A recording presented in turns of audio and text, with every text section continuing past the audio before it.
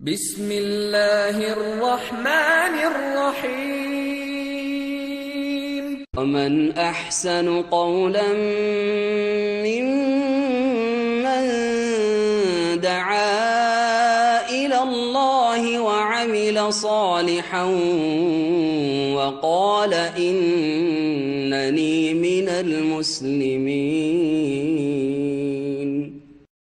ورحمة الله وبركاته. إن الحمد لله نحمده ونستعينه ونستغفره ونعوذ بالله من شرور أنفسنا ومن سيئات أعمالنا من يهده الله فلا مضل له ومن يضلل فلا هادي له وأشهد أن لا إله إلا الله وحده لا شريك له وأشهد أن محمدا عبده ورسوله صلى الله تعالى عليه وعلى آله وصحبه وسلم تسليما كثيرا أما بعد।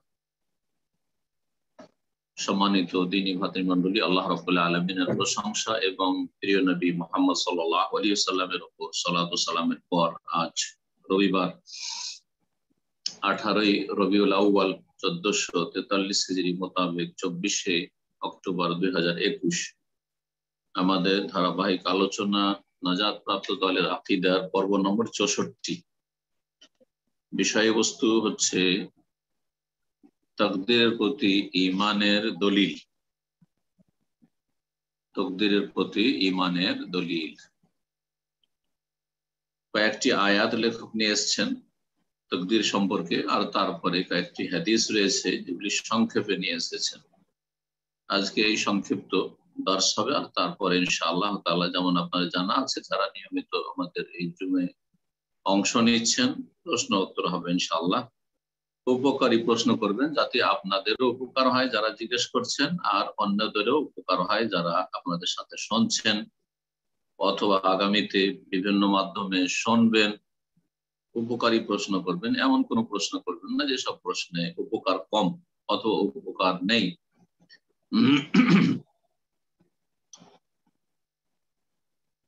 তো শুরু করা যাক। বলছেন লেখক ইমাম হাফেজ হাকামি রহমতুল্লাহ আলাইহি, মা দালিলুল ঈমান বিল কদরি জুমলাতান, তাকদীরের প্রতি ঈমানের সংক্ষিপ্ত আকারে দলিল কি? সংক্ষেপে শুধু দলিলগুলি আলোচনা করতে চেয়েছেন লেখক, এই জন্য। আর তিনি তার কিতাবটিকে সাজিয়েছেন প্রশ্ন উত্তর আকারে। প্রশ্ন উত্তর আকারে নিজে প্রশ্ন করেছেন, নিজে উত্তর দিয়েছেন এইভাবে। তো বলছেন যে তাকদীরের প্রতি ঈমানের দলিল কি হতে পারে? দলিল হচ্ছে ওয়াহী। দলিল বললেই একজন মুসলিমকে বুঝতে হবে দলিল মানুষের কথা নয়, বরং মানুষের কথা পেছনে দলিল লাগে। মানুষের কথা গ্রহণযোগ্য তখন হবে যখন তার সমর্থনে দলিল থাকবে, যতই বড় মানুষ হোক না কেন। একমাত্র দলিল হচ্ছে ওয়াহী, আর ওয়াহী হচ্ছে আল কোরআনুল কারীম আর সহিহ সুন্নাহ রাসূলুল্লাহ সাল্লাল্লাহু আলাইহি সাল্লামের হাদিস। এই দুটো হচ্ছে দলিল। যে কোনো ব্যক্তির যখন মতামত পেশ করবেন, যতই বড় ইমাম হন না কেন, যতই বড় আলেম হন না কেন, তার কথার সমর্থনে দলিল লাগবে একটি আয়াত অথবা একটি সহিহ হাদিস। এই বিষয়টি জেনে নিলে আর অন্ধ অনুকরণ থাকবে না, অন্ধভক্তি থেকে মুক্তি লাভ করবে, গুমরাহি থেকে নাজাত পাবে। তো এখানে ঈমান বিল কদর, তাকদীরের প্রতি ঈমানের দলিল। তাকদীরকে আরবিতে কদর বলা হয়, তাকদীরটাও আরবি, তাকদীর শব্দটিও আরবি, যাকে আমরা ভাগ্য বলে থাকি বাংলা ভাষায়। আবার অনেকে নসিব বলে থাকে, নসিবটা কিন্তু আরবি। ওমা লাহু ফিল আখিরাতি মিন নসিব, নসিব মানে অংশ। নসিব বা নসিব, বাংলায় নসিব মানে হচ্ছে অংশ। তো প্রতিটি মানুষের বা প্রতিটি সৃষ্টির তাকদীরটা তার নসিব, তার অংশ। সেই জন্য তাকদীরকে নসিব বলা। অমুকের নসিব ভালো, অমুকের নসিব খারাপ।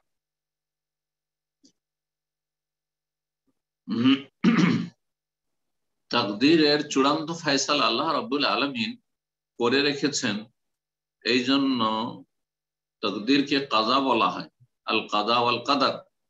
আল কাজা মানে চূড়ান্ত ফয়সালা, আল্লাহ রাব্বুল আলামিনের চূড়ান্ত ফয়সালা, চূড়ান্ত সিদ্ধান্ত। আল কাদার বা তাকদীর, কাদ্দারা ইউকাদ্দিরু থেকে তাকদীর, আর কাদার তার হচ্ছে ইসিম মাসদার, আরবিতে তাকদীর। তো এই কাদার বা তাকদীর এর শাব্দিক অর্থ কি? এর শাব্দিক অর্থ হচ্ছে কোনো কিছু সুপরিমিত করা, কোনো কিছুকে সুনির্ধারিত করা, সুপরিমিত করা। তো তকদিরকে তকদির এই জন্য বলা হয় যে আল্লাহ রাব্বুল আলামিন তকদিরকে সুপরিমিত করে রেখেছেন, সুনির্ধারিত করে রেখেছেন। কার তকদির? কোন সৃষ্টির তকদির, কোন মানুষের তকদির, কোন ক্ষেত্রে কতটা রয়েছে, সুস্থতা কতটা, আয়ু কতটা, রিজিক কতটা, শিক্ষা দীক্ষা কতটা, ইত্যাদি,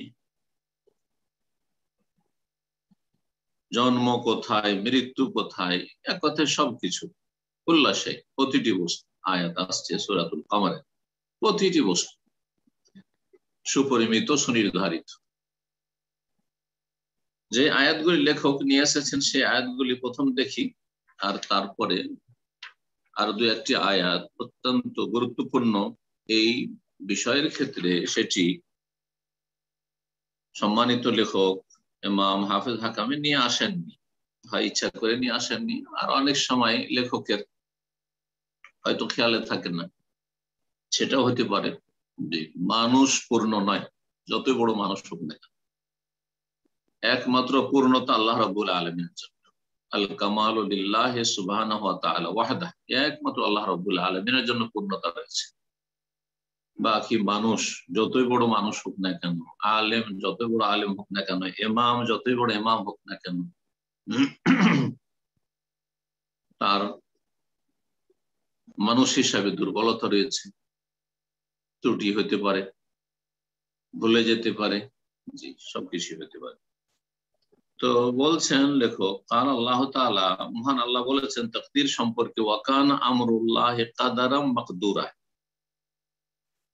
আল্লাহ রাব্বুল আলামিনের নির্দেশ, আমরুন মানে নির্দেশ, আমরুন মানে আল্লাহর বিধান,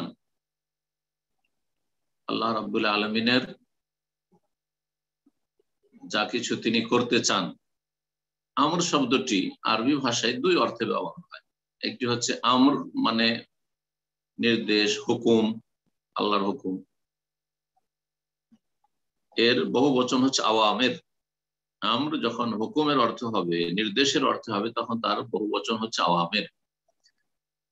আর আমরের আরেকটি জমা বহু বচন রয়েছে ওমর, ওয়া ইলাল্লাহি তুরজাউল উমুর, আলা ইলাল্লাহি তাসিরুল উমুর। কোরআনে কারিমে আল উমুর কার্যাবলী সম্পর্কে এই শব্দটি অনেক জায়গায় এসছে, এক বচন এসছে আমর, আর অমর এসছে।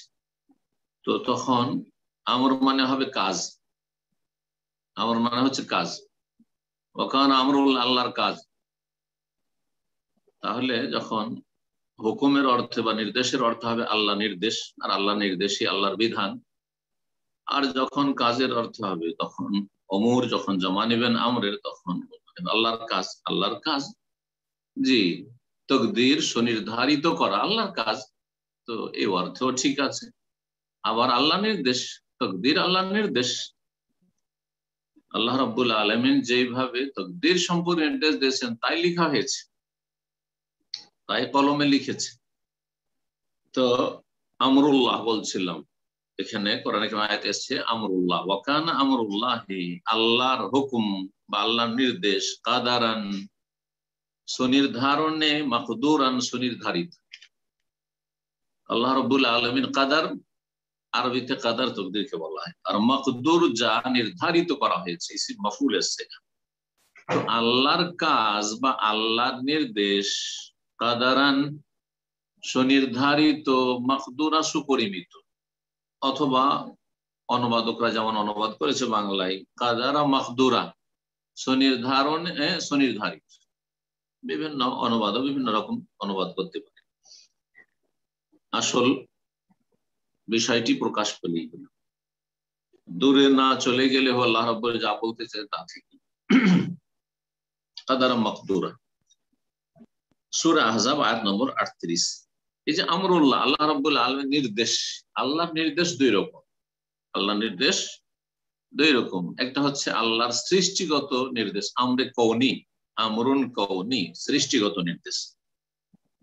আর একটি হচ্ছে আমরুন শারঈ, শরীয়তগত বিধানগত নির্দেশ। এই বিষয়গুলি সাধারণ মানুষরা অনেকে বুঝেন। আল্লাহ রাব্বুল আলামিনের শরীয়তগত নির্দেশ হচ্ছে ভিন্ন, আর আল্লাহ রাব্বুল আলামিনের যে সৃষ্টিগত নির্দেশ সেটা হচ্ছে ভিন্ন। আল্লাহর সৃষ্টিগত নির্দেশে পৃথিবীতে ভালো হচ্ছে মন্দ হচ্ছে, পৃথিবীতে মানুষ সৎ আছে অসৎ আছে, এটা আল্লাহর আমরে সৃষ্টিগত নির্দেশ। কখনো আল্লাহর অনুগ্রহ নিয়ামত নাযিল হচ্ছে, কখনো আল্লাহর আযাব নাযিল হচ্ছে, সৃষ্টিগত নির্দেশ। আল্লাহ রাব্বুল আলামিন যা কিছু করেন এবং যা কিছু ঘটে থাকে আল্লাহর সৃষ্টিতে, ভালো মন্দ সবগুলি আল্লাহ নির্দেশ, এটা হচ্ছে সৃষ্টিগত নির্দেশ। আর শারঈ, আমরুন শারঈ, বিধানগত নির্দেশ হচ্ছে আল্লাহ রাব্বুল আলামিনের।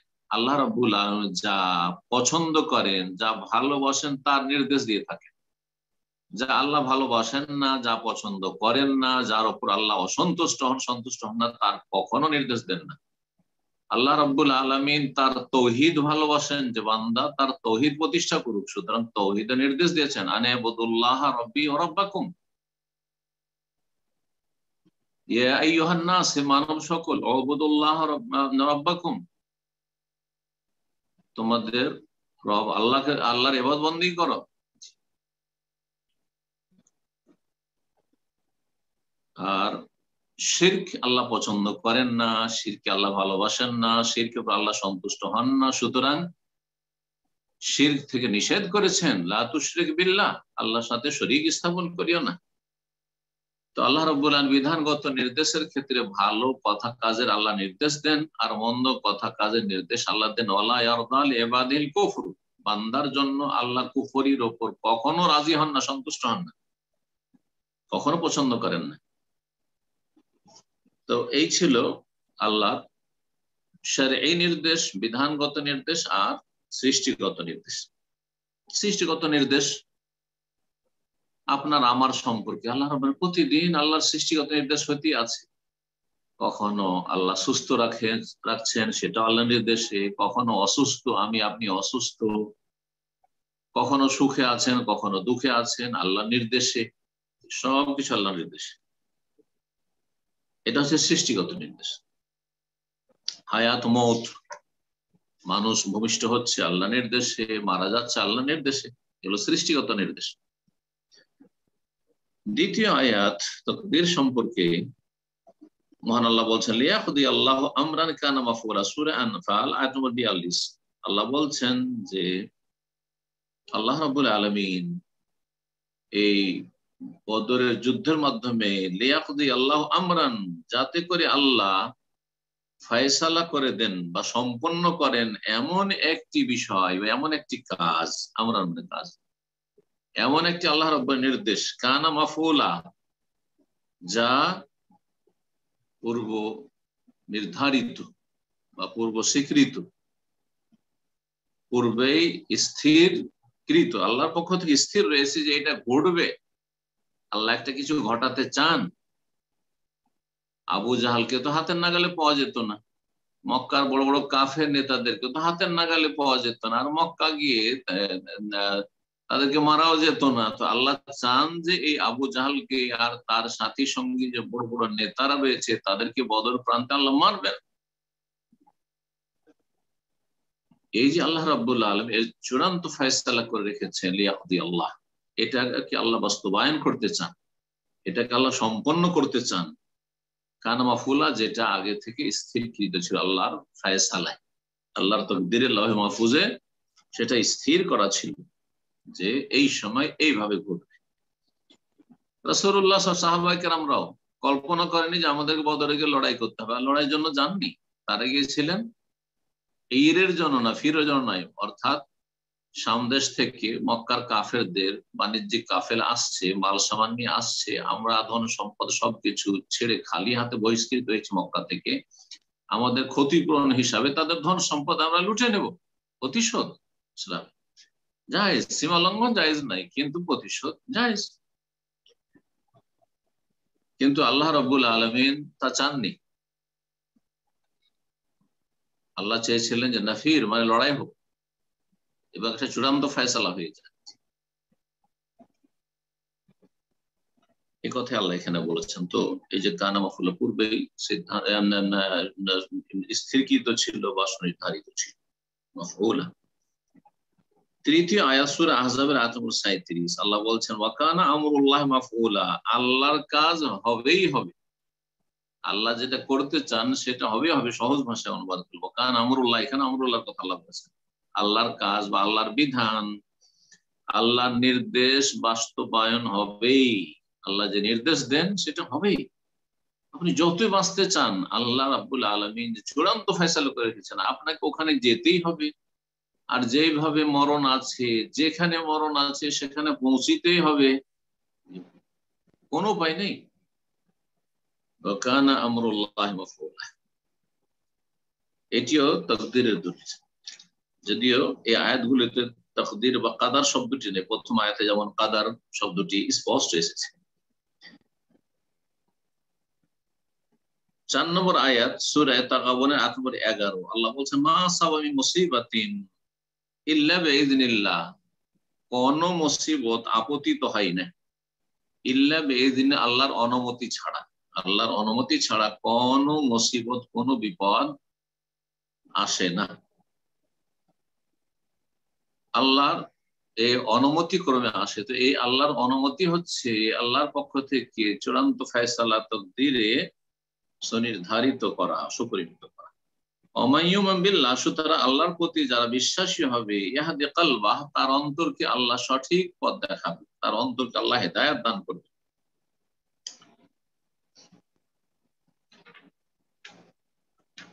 তাকদীর সম্পর্কে সবচেয়ে স্পষ্ট আয়াত, যেটা যত আইম্মায়ে কেরামগণ প্রায় তাকদীর সম্পর্কে লিখেছেন এই আকীদার বিষয়ে, তারা এই আয়াতটি পেশ করেছেন, প্রথম পেশ করে থাকেন। সেই আয়াতটি সূরাতুল কামার আয়াত নম্বর 49। আল্লাহ বলছে ইন্না কুল্লা শাইইন খালাকনাহু বিকদার, নিশ্চয়ই প্রতিটি বস্তুকে আমি সৃষ্টি করেছি বেকাদার, সুপরিমিত করে। তাকদীরের সাথে বা মানে সাথে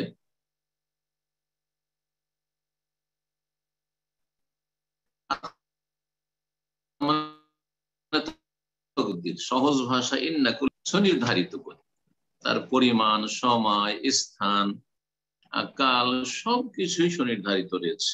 উন্নতি, অবনতি, ভালো মন্দ সবকিছু সুনির্ধারিত রয়েছে, সুপরিমিত রয়েছে। ইন্না কুল্লা শাইইন খালাকনাহু বিকদার। আল্লাহ রাব্বুল আলামিন সূরাতুল আলাতে বলেছেন সাব্বিহ ইসমা রাব্বিকাল আলা। অনেকের সূরা আলা মুখস্থ আছে আলহামদুলিল্লাহ, তো সেটা তাকদীরের দলিল আপনি বলতে পারেন। সাব্বিহ ইসমা রাব্বিকাল আলা আল্লাযী খালাকা ফাসাওয়া ওয়াল্লাযী কাদ্দারা ফাহাদা, যিনি কাদ্দারা সুপরিমিত করেছেন, সুনির্ধারিত করেছেন। এই কাদ্দারা ইউকাদ্দিরু থেকে তাকদীর। সূরাতুল কামারের আয়াতে আরেকটা জিনিস লক্ষণীয়, সেটা হচ্ছে যে প্রতিটি বস্তুকে আল্লাহ সুপরিমিত করে সৃষ্টি করেছেন। মানে প্রতিটি বস্তু, আর আল্লাহ ছাড়া সবকিছু হচ্ছে সেই বস্তু। আল্লাহ রাব্বুল জাত ছাড়া সবকিছুই হচ্ছে বস্তু। সমস্ত সৃষ্টি কি আল্লাহ রাব্বুল আলামিন সুনির্ধারিত করেছেন, সুপরিমিত করেছেন। এমনকি আসমান জমিনেরও তাকদীর আছে। আরে কীট পতঙ্গ, পোকামাকড়ের তাকদীর রয়েছে, গাছপালারও তাকদীর রয়েছে। কিন্তু আমরা সাধারণ মানুষ মনে করি যে তাকদীর শুধু মানুষের, আমাদেরই তাকদীর রয়েছে। আমাদের জন্ম কোথায়, তো মৃত্যু কোথায়, সুস্থতা, অসুস্থতা, ভালো মন্দ, রিজিক, এগুলি তাকদীর মনে করে থাকি না। কুল্লা শাইইন, প্রতিটি বস্তু খালাকনাহু আমি সৃষ্টি করেছি বেকাদার, তাকদীরের সাথে। এই জন্য চোখের সামনে দেখছেন যে একটি গাছ হয়তো শত শত বছর আছে, একটি গাছ প্রথম চারা লাগালেন, গাছটা মরে গেল। যারা আম বাগান বা লিচুর বাগান লাগিয়েছেন তাদের অভিজ্ঞতা আছে। আমরা যেহেতু ছোটকালে এগুলো আমরা দেখেছি, আমাদের নিজের জমিতে, জায়গাতে। সুবহানাল্লাহ, যে আমের চারা আমরা লাগালাম, লিচুর চারা লাগালাম, কিছু থাকলো, কিছু মরে গেল, এটাই তাকদীর। জি, এরকম প্রতিটি ক্ষেত্রে। সূরা আলে ইমরান আয়াত নম্বর 166, এটিও তাকদীরের দলিল।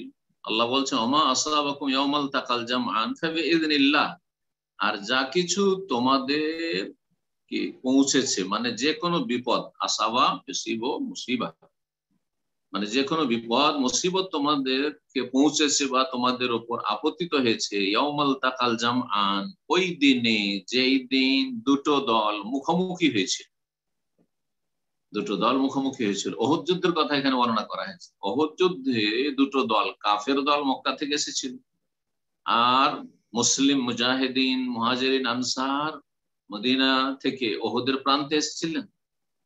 এই দুটো দল যে মুখোমুখি হয়েছিল যে দিনে, সেই দিন যে হে মুসলিম, হে মুমিন, তোমাদের উপর যে বিপদ আপতিত হয়েছিল, যে তোমাদের 70 জন শাহাদাত বরণ করেছিলেন, শহীদ হয়েছিলেন, নবী করিম সাল্লাল্লাহু আলাইহি সাল্লামের দাঁত মুবারক শহীদ হয়েছিল, মাথা জখম হয়েছিল, ক্ষয়ক্ষতি হয়েছিল তোমাদের, এই যে মুসিবত এসেছিল, ফাবিইযনিল্লাহ, সেটি আল্লাহর অনুমতি ক্রমে, আল্লাহর অনুমতি, আল্লাহর ইচ্ছাই।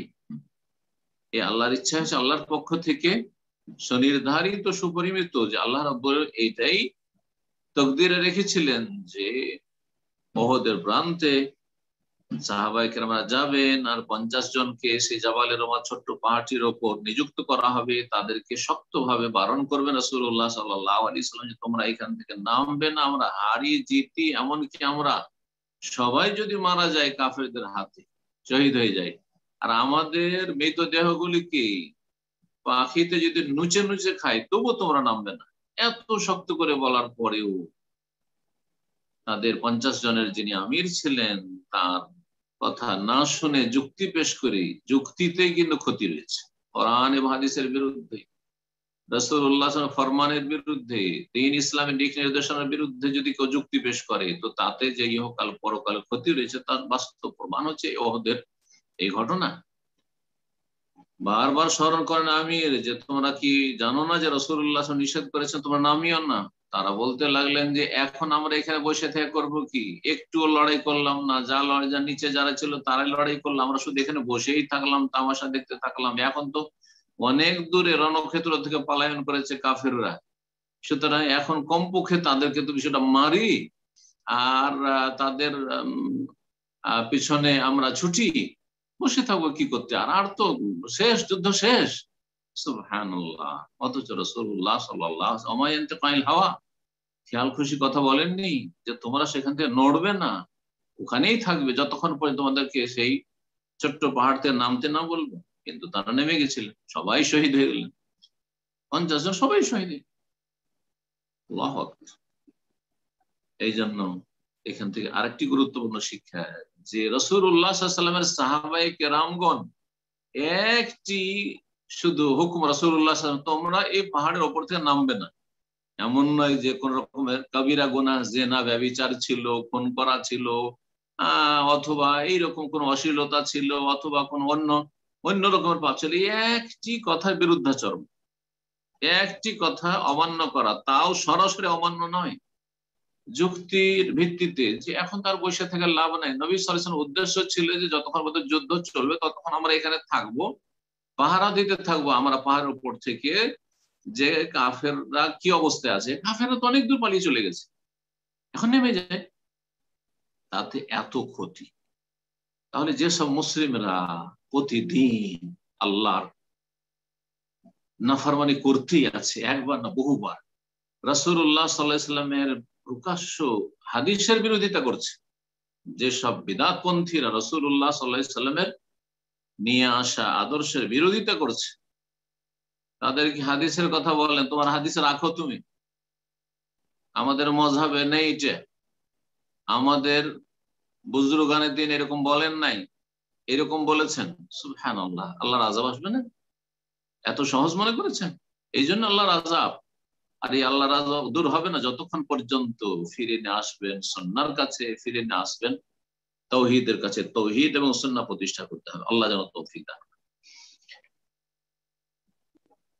আরেকটি আয়াত সূরা বাকারা আয়াত নম্বর 156 157 আল্লাহ বলছেন আল্লাযীনা ইযা আসাবাতহুম মুসিবা, তার আগে ধৈর্যশীলদেরকে সুসংবাদ দিতে বলছেন আল্লাহ রাব্বুল ওয়াবাশশিরিস সাবিরিন। হে নবী, ধৈর্যশীলদেরকে তুমি সুসংবাদ দিও না। ইহকাল পরকালে যারা ধৈর্যশীল তাদের জন্য সুসংবাদ রয়েছে, দুনিয়াতেও সুসংবাদ রয়েছে, আল্লাহ সম্মানিত করবে শেষ পরিণাম, আর আখিরাতেও আল্লাহ রাব্বুল আলামিন তাদেরকে মহা পুরস্কার দিয়ে সম্মানিত করবে, জান্নাত দিয়ে সম্মানিত করবে, আল্লাহ রাব্বুল দর্শন দিয়ে সম্মানিত করবে।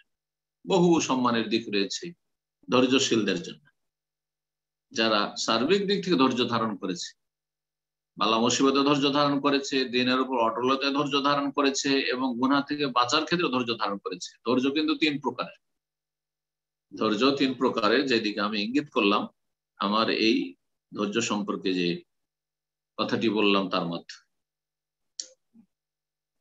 ওয়াবাশশিরিস সাবিরিন, সুসংবাদ দিয়ে দাও হে নবী ধৈর্যশীলদেরকে। তারা কারা? আল্লাযীনা ইযা আসাবাতহুম মুসিবা, ওরা তো তারা যাদের উপর বিপদ আপদ আপতিত হলে কালু, তারা হাহাকার অবস্থা তাদের হয় না, তারা একেবারে ধৈর্যহারা হয়ে যায় না, হাই কি হয়ে গেল না, এরকমটা করে না। কালু, তারা কি, ইন্না লিল্লাহ, আমরা সকলে আল্লাহ, আমিও আল্লাহর, আর যে আমার চলে গেছে সেও আল্লাহ, আমার মাও আল্লাহর, আমার বাবাও আল্লাহর, আমার ছেলে মেয়ে আল্লাহ, সবকিছু আল্লাহ, আমার ধন সম্পদ আল্লাহ, দুনিয়ার রাজত্ব সবকিছু আল্লাহ, চলে গেছে, কোনো আফসোস নেই।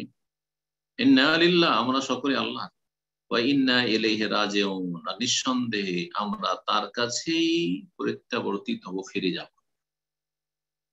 আমরা আছি এখন, কিন্তু এক সময় তার কাছে ফিরে যেতে হবে, যেহেতু যার তার কাছে ফিরে যেতে হবে, আমরা আল্লাহ, সুতরাং আল্লাহর কাছে ফিরে যেতে হবে। কাউকে আগে যেতে হবে আর কাউকে পরে, কিন্তু সবাইকে যেতে হবে। আপনি ভাবিয়েন না যে আপনার দুশমন আপনার আগে চলে গেছে, খুব হাসছেন, না না না, কখন না, মূর্খ আপনি, আপনাকেও যেতে হবে। উলাইকা আলাইহিম সালাওয়াতু মির রাব্বিহিম, এরা যারা ধৈর্য ধারণ করে এবং ইন্না লিল্লাহি ওয়া ইন্না ইলাইহি রাজিউন, তাহলে বোঝা গেল যে আয়াত থেকে যে ইন্না লিল্লাহি ওয়া ইন্না ইলাইহি রাজিউন কখন পড়তে হবে? যে কোনো বিপদ আপদ যদি নেমে আসে, যেটাকে আপনি মনে করছেন বা অনুভব করছেন যে এটি আমার জন্য মুসিবত বিপদ, সেটা শুধু কারো মারা যাওয়া নয় আর কারো মৃত্যুর খবরে নয়, এটা হচ্ছে বাঙালি কথা, বাঙালি ট্রেডিশন। কারো মরার খবর হলে ইন্না লিল্লাহ পড়েন না, এমনকি যদি কোনো কাফেরও মরে আর শুনে অমুক কাফের মারা গেছে, ইন্না লিল্লাহ, এত অভ্যাস হয়ে আছে ইন্না লিল্লাহ পড়ে কারো মরণের ওপর, যে মুসলিম হোক আর কাফের, সৎ হোক আর অসৎ হোক, আল্লাহর দোস্ত হোক আল্লাহর দুশমন হোক, তাওহীদ সুন্নাতের দুশমন, শিরক বিদআতের পৃষ্ঠপোষক, তারপর ইন্না লিল্লাহি ওয়া ইন্না ইলাইহি রাজিউন। কোন মুসিবত পড়েছে আপনার উপর যে ইন্না লিল্লাহি ওয়া ইন্না ইলাইহি রাজিউন? আল্লাহর দুশমন দূর হয়েছে, আল্লাহর দ্বীনের দুশমন দূর হয়েছে, পাপিষ্ঠ দূর হয়েছে। কোন মুসিবত হয়েছে? ইন্না লিল্লাহি ওয়া ইন্না ইলাইহি রাজিউন, ইন্না লিল্লাহি ওয়া ইন্না ইলাইহি রাজিউন। আপনি একটু হোঁচট খেয়েছেন, মুসিবত, ইন্না লিল্লাহি ওয়া ইন্না ইলাইহি রাজিউন। আপনার পকেট থেকে মানি ব্যাগ পড়ে গেছে, আপনার আইডি কার্ড হারিয়ে গেছে, আপনার কোনো কিছু হয়েছে, ইন্না লিল্লাহি ওয়া ইন্না ইলাইহি রাজিউন। যে কোনো একটা ছোট থেকে ছোট বিপদ হোক না কেন, যে কোনো একটি খারাপ সংবাদ পেলেন, ইন্না লিল্লাহি, আমরা সকলে আল্লাহ এবং আল্লাহর কাছে ফিরে যেতে হবে। আমাকে আগে চলে যেতে হবে, না হয় আমার যা নিয়ামত আমার কাছে রয়েছে তা চলে যাবে। এই হচ্ছে ইন্না লিল্লাহর ক্ষেত্র।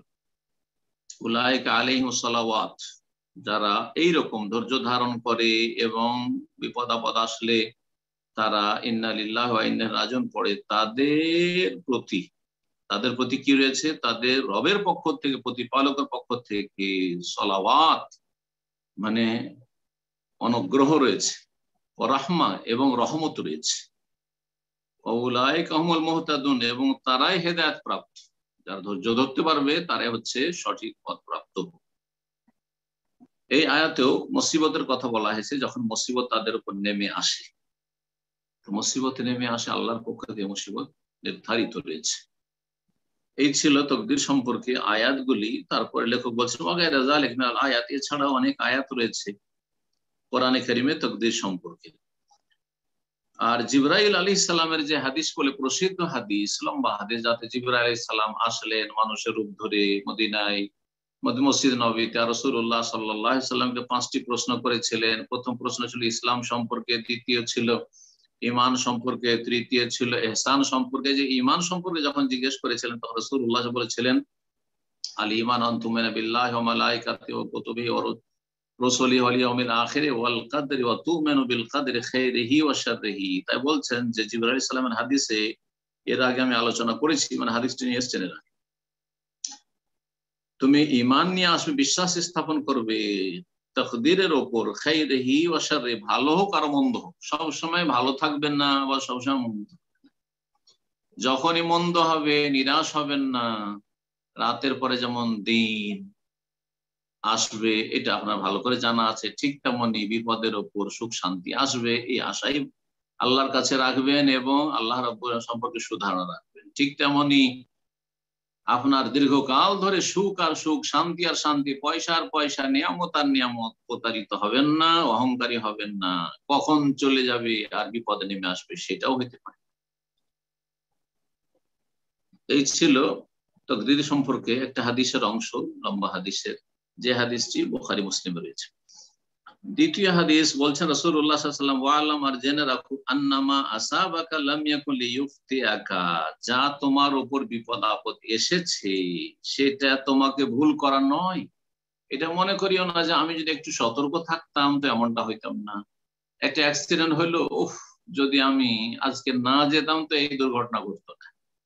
আজকে যদি আমি এই খামাখে গাড়িতে চাপতে গেলাম, বাইকে চাপতে গেলাম, না চাপতাম তো এরকম হইতাম না। মূর্খ লোক এই ধরনের কথাবার্তা বলে থাকে না। সতর্কতা অবশ্যই অবলম্বন করবেন, কিন্তু বিপদ আপদ ঘটে যাওয়ার পরে লাউ, যদি, এটা বলবেন না, নিষেধ আছে, যদি বলবেন না। কারণ আল্লাহর চূড়ান্ত ফয়সালা ছিল, ওখানে আপনি পৌঁছিবেন, মানুষে বারণ করলেও যাবেন আপনি ওখানে। তাই বলছেন রাসূলুল্লাহ সাল্লাল্লাহু আলাইহি ওয়াসাল্লাম, আন্নামা আসাবাক, যা কিছু তোমার উপর বিপদ আপদ নেমে এসেছে, লাম ইয়াকুন লিয়ুখতিআকা, সেটা তোমাকে ভুল করার নাই। তোমাকে লাগবে নাকি আরেকজনকে লেগে যাবে, এমনটা হবে। ওমা আখতাআকা লাম ইয়াকুন লিয়ুসিবাক, আর যেটা তোমাকে ভুল করে গেছে, মানে তুমি পাওনি বা তোমার উপর সে বিপদ আপদ আসেনি, অথবা নিয়ামতের ক্ষেত্রে একটা চাকরিতে ভালো একটা অফার পেয়েছিলেন আর তারপরে গেলেন, হইলো না, ভাবলেন যে কেউ আমার এই চাকরিটা খেয়ে নিল, না না, যেটা ভুল করে গেছে তোমাকে, মানে তোমার হস্তগত হয়নি, লাম ইয়াকুন লিয়ুসিবাক, সেটা তোমার কাছে পৌঁছার নয়, আসবে না তোমার কাছে, তোমার নসিবে নাই। এই হাদিস সুনানে আবু দাউদে রয়েছে, তিরমিজিতে রয়েছে, ইবনে মাজাহে রয়েছে, মুসনাদ আহমদে রয়েছে, কয়েকজন সাহাবায়ে কেরাম থেকে বর্ণিত হয়েছে। আল্লামা আলবানী রাহিমাহুল্লাহ হাদিসটিকে সহিহ বলেছেন।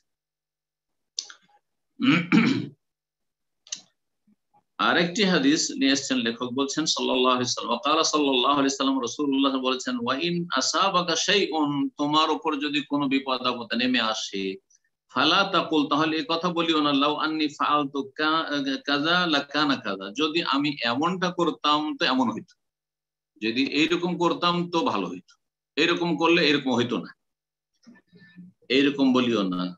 কেন? লাউ শয়তানকে সুযোগ করে দেয়, ফাইন্না লাউ তাফতাহু বাবা শয়তান, বলা, কিন্তু তাহলে কি বলবে, যদি যদি বলিও না, হাই যদি এমনটা না হইতো, হাই যদি এমনটা করতাম না, এখানে না গেলে হয়তো এরকম হইতো না, এরকম বলবে না।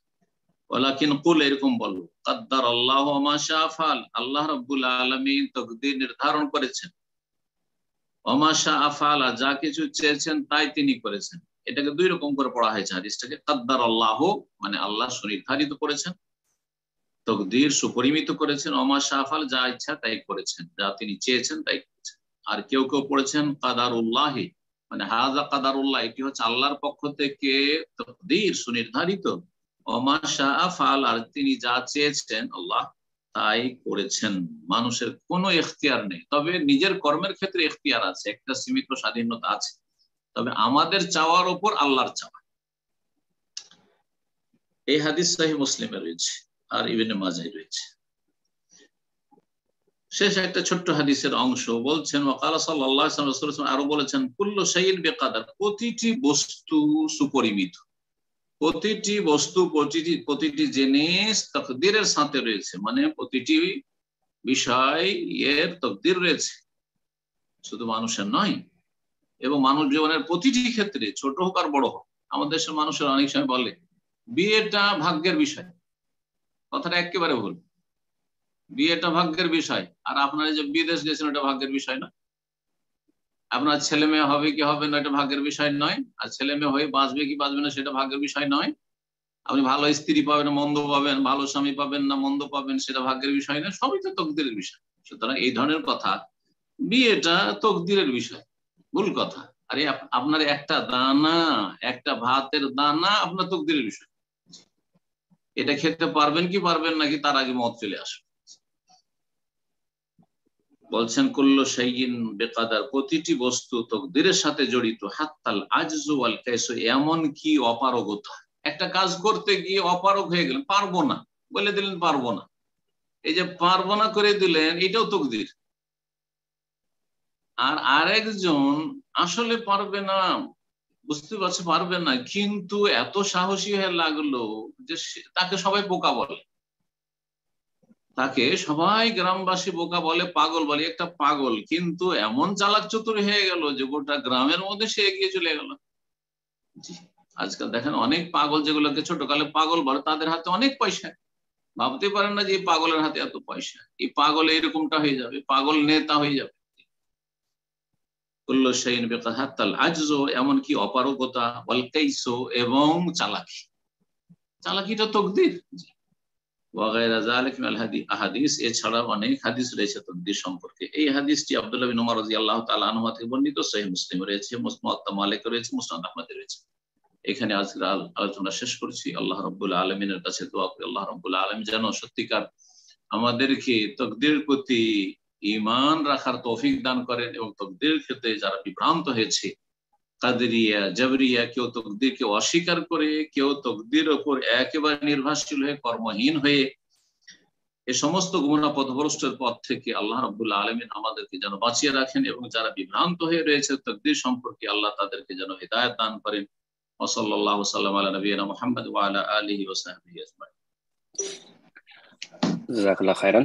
সম্মানিত দিনী ভাই বোনেরা, ইনশাআল্লাহ এখনই আমাদের প্রশ্নোত্তর পর্ব শুরু হবে। তার পূর্বে আমরা শুরুতে যে একটি জরুরি ঘোষণা করেছিলাম, সেটি আবারও ওই সকল ভাই বোনদের উদ্দেশ্যে যারা নতুন প্রোগ্রামে জয়েন করেছেন ঘোষণার পরে, তাদের উদ্দেশ্যে বলছি যে আগামী সপ্তাহ থেকে আমাদের প্রোগ্রামের সময়সূচি পরিবর্তিত হচ্ছে।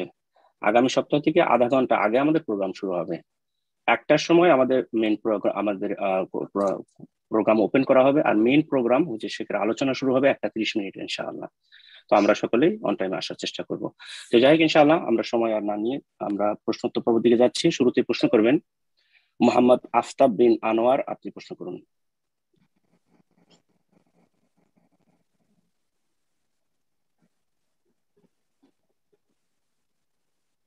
আসসালামু আলাইকুম ওয়া রাহমাতুল্লাহি ওয়া বারাকাতুহু। ওয়া আলাইকুম আসসালাম ওয়া রাহমাতুল্লাহি ওয়া বারাকাতুহু। কেমন আছেন স্যার? আমি খুবর থেকে বলছি। মাশাআল্লাহ। শায়েখ, আমাদের অনেক দেখা যায় যে আমি অথবা আমরা অনেক দিনই ভাইয়েরা অনেক জায়গায় কাজ করি। তো সেখানে আমাদের কাজ করতে গিয়ে অনেক সময় কাস্টমারকে যে মালটা মানে বিক্রয় করি সেটা ফাতুরা বানিয়ে দিতে হয় আমাদের। তো সেখানে অনেক সময় কাস্টমার যে পরিমাণের টাকাটা সে ক্রয় করেছে তার চেয়ে বেশি পরিমাণের টাকা ফাতুরাতে লিখে দিতে বলে। তো এটা কিভাবে মানে হবে? এটা কি মানে আমি মালিক পক্ষ থেকে আদেশ যে না, কাস্টমার যা বলবে তা লিখে দিতে হবে? তো এই বিষয়ে কি মানে এটা কি আমার ইনকাম হালাল হবে না হারাম হবে, না সেই হাদিসের আলোকে পড়বে যে খারাপ কাজের মানে সহযোগিতা করলো সেও সেই পরিমাণ গুনাহগার হবে? এটা আগে বিস্তারিত জানছি। এটা অন্য ভাইয়েরও প্রশ্ন ছিল একই রকমের, তো এটা একটু বলবেন আগে কোরআন হাদিসের আলোকে। জাযাকাল্লাহু খাইরান। বিসমিল্লাহির রহমানির রহিম, আলহামদুলিল্লাহ ওয়াসসালাতু ওয়াসসালামু আলা রাসূলিল্লাহ ওয়া আলা আলিহি ওয়া সাহবিহি ওয়া মান ওয়ালা। বাদ, প্রশ্ন করেছেন যে আমরা কোম্পানিতে বা কোনো প্রতিষ্ঠানে কাজ করি, আর সেখানে যখন কোনো কিছু বিক্রি করতে যাই তখন আমরা বিল বানিয়ে দিই। ফাতুরা মানে বিল। সৌদি আরবে থাকেন তো আরবি ভাষায় বললেন, তখন তারা বলে যে একটু বেশি করে লিখে দাও, অথচ সেটা তার মূল্য নাই। মানে ওখান থেকে একটা অংশ ওই ব্যক্তি যে খরিদ করার জন্য এসছে সেই ব্যক্তি খাবে এবং সে বিলটা বেশি করে উঠাবে। কিনেছে ধরেন 50 টাকায়, লিখিয়ে চাইছে 60 টাকা 70 টাকায়, 10-20 টাকা সেখানে খাবে। এটা ব্যাপক আকার ধারণ করে আছে, ব্যাপক আকার ধারণ করে আছে এই হারাম। না, এটা জায়েজ নয়, এটা জায়েজ নয়, হারাম। আল্লাহ রাব্বুল আলামিন কোরআনে কারীমে ইরশাদ করেছেন, ওয়া তাআওয়ানু আলাল বিররি ওয়াত তাকওয়া, তোমরা একে অপরের সহযোগিতা করো নেকির কাজে, আল্লাহ ভীরুতার কাজে। ওয়ালা তাআওয়ানু আলাল ইসমি ওয়াল উদওয়ান, এবং তোমরা কেউ কারো সাহায্য করিও না গুনহার কাজে, সীমা লঙ্ঘনের কাজে। এখানে বড়ই সীমা লঙ্ঘন হচ্ছে, গুনহার কাজ হচ্ছে। চোর চুরি করছে, কোম্পানি তাকে বেতন দিয়ে আমানতদার বিশ্বস্ত মনে করে তাকে পারচেজ করার জন্য পাঠিয়েছে, আর সে এখানে কোম্পানির খেয়ানত করছে, সেই ব্যক্তি আমানতে খেয়ানত করছে, যে সে বেতনও নিল আর তার সাথে এখানে সে একটা পার্সেন্টেজ রাখবে, আর কোম্পানিকে গিয়ে বলবে যে 70 টাকা লেগেছে, অথচ লেগেছে 50 টাকা। একটু উদাহরণ দিয়ে বললাম, আরো বেশি হাজার হাজার টাকার কারবার করে, হাজার হাজার টাকা এইভাবে বেইমানি করে। মাসের বেতন হয়তো 1000-2000 রিয়াল, কিন্তু এই হারাম ইনকাম করে আরো 2000-3000। এদের রুজিতে কোনো বরকত নেই, হারাম পয়সা কোনোদিন লাস্টিং করে না। যারা হারাম খায় তারা প্রতারিত, কোনো লাভ নেই। কার জন্য হারাম খাচ্ছেন? ইহকালে ক্ষতিগ্রস্ত, পরকালে ক্ষতিগ্রস্ত। ছেলে মেয়েদের জন্য হারাম খাচ্ছেন, আপনার একটা পেটে তো সামান্য চাটা অল্প ভাত খাবে, এই আপনার নিজের পেটের জন্য না, আপনার স্ত্রীর জন্য, আপনার ছেলে মেয়ের জন্য। যাদের জন্য এই হারাম খাচ্ছেন তারা কিয়ামতের দিন সবাই ছেড়ে পালিয়ে জাহান্নামে আপনাকে যেতে হবে। তাদেরকে হারাম খাওয়াইছেন কেন?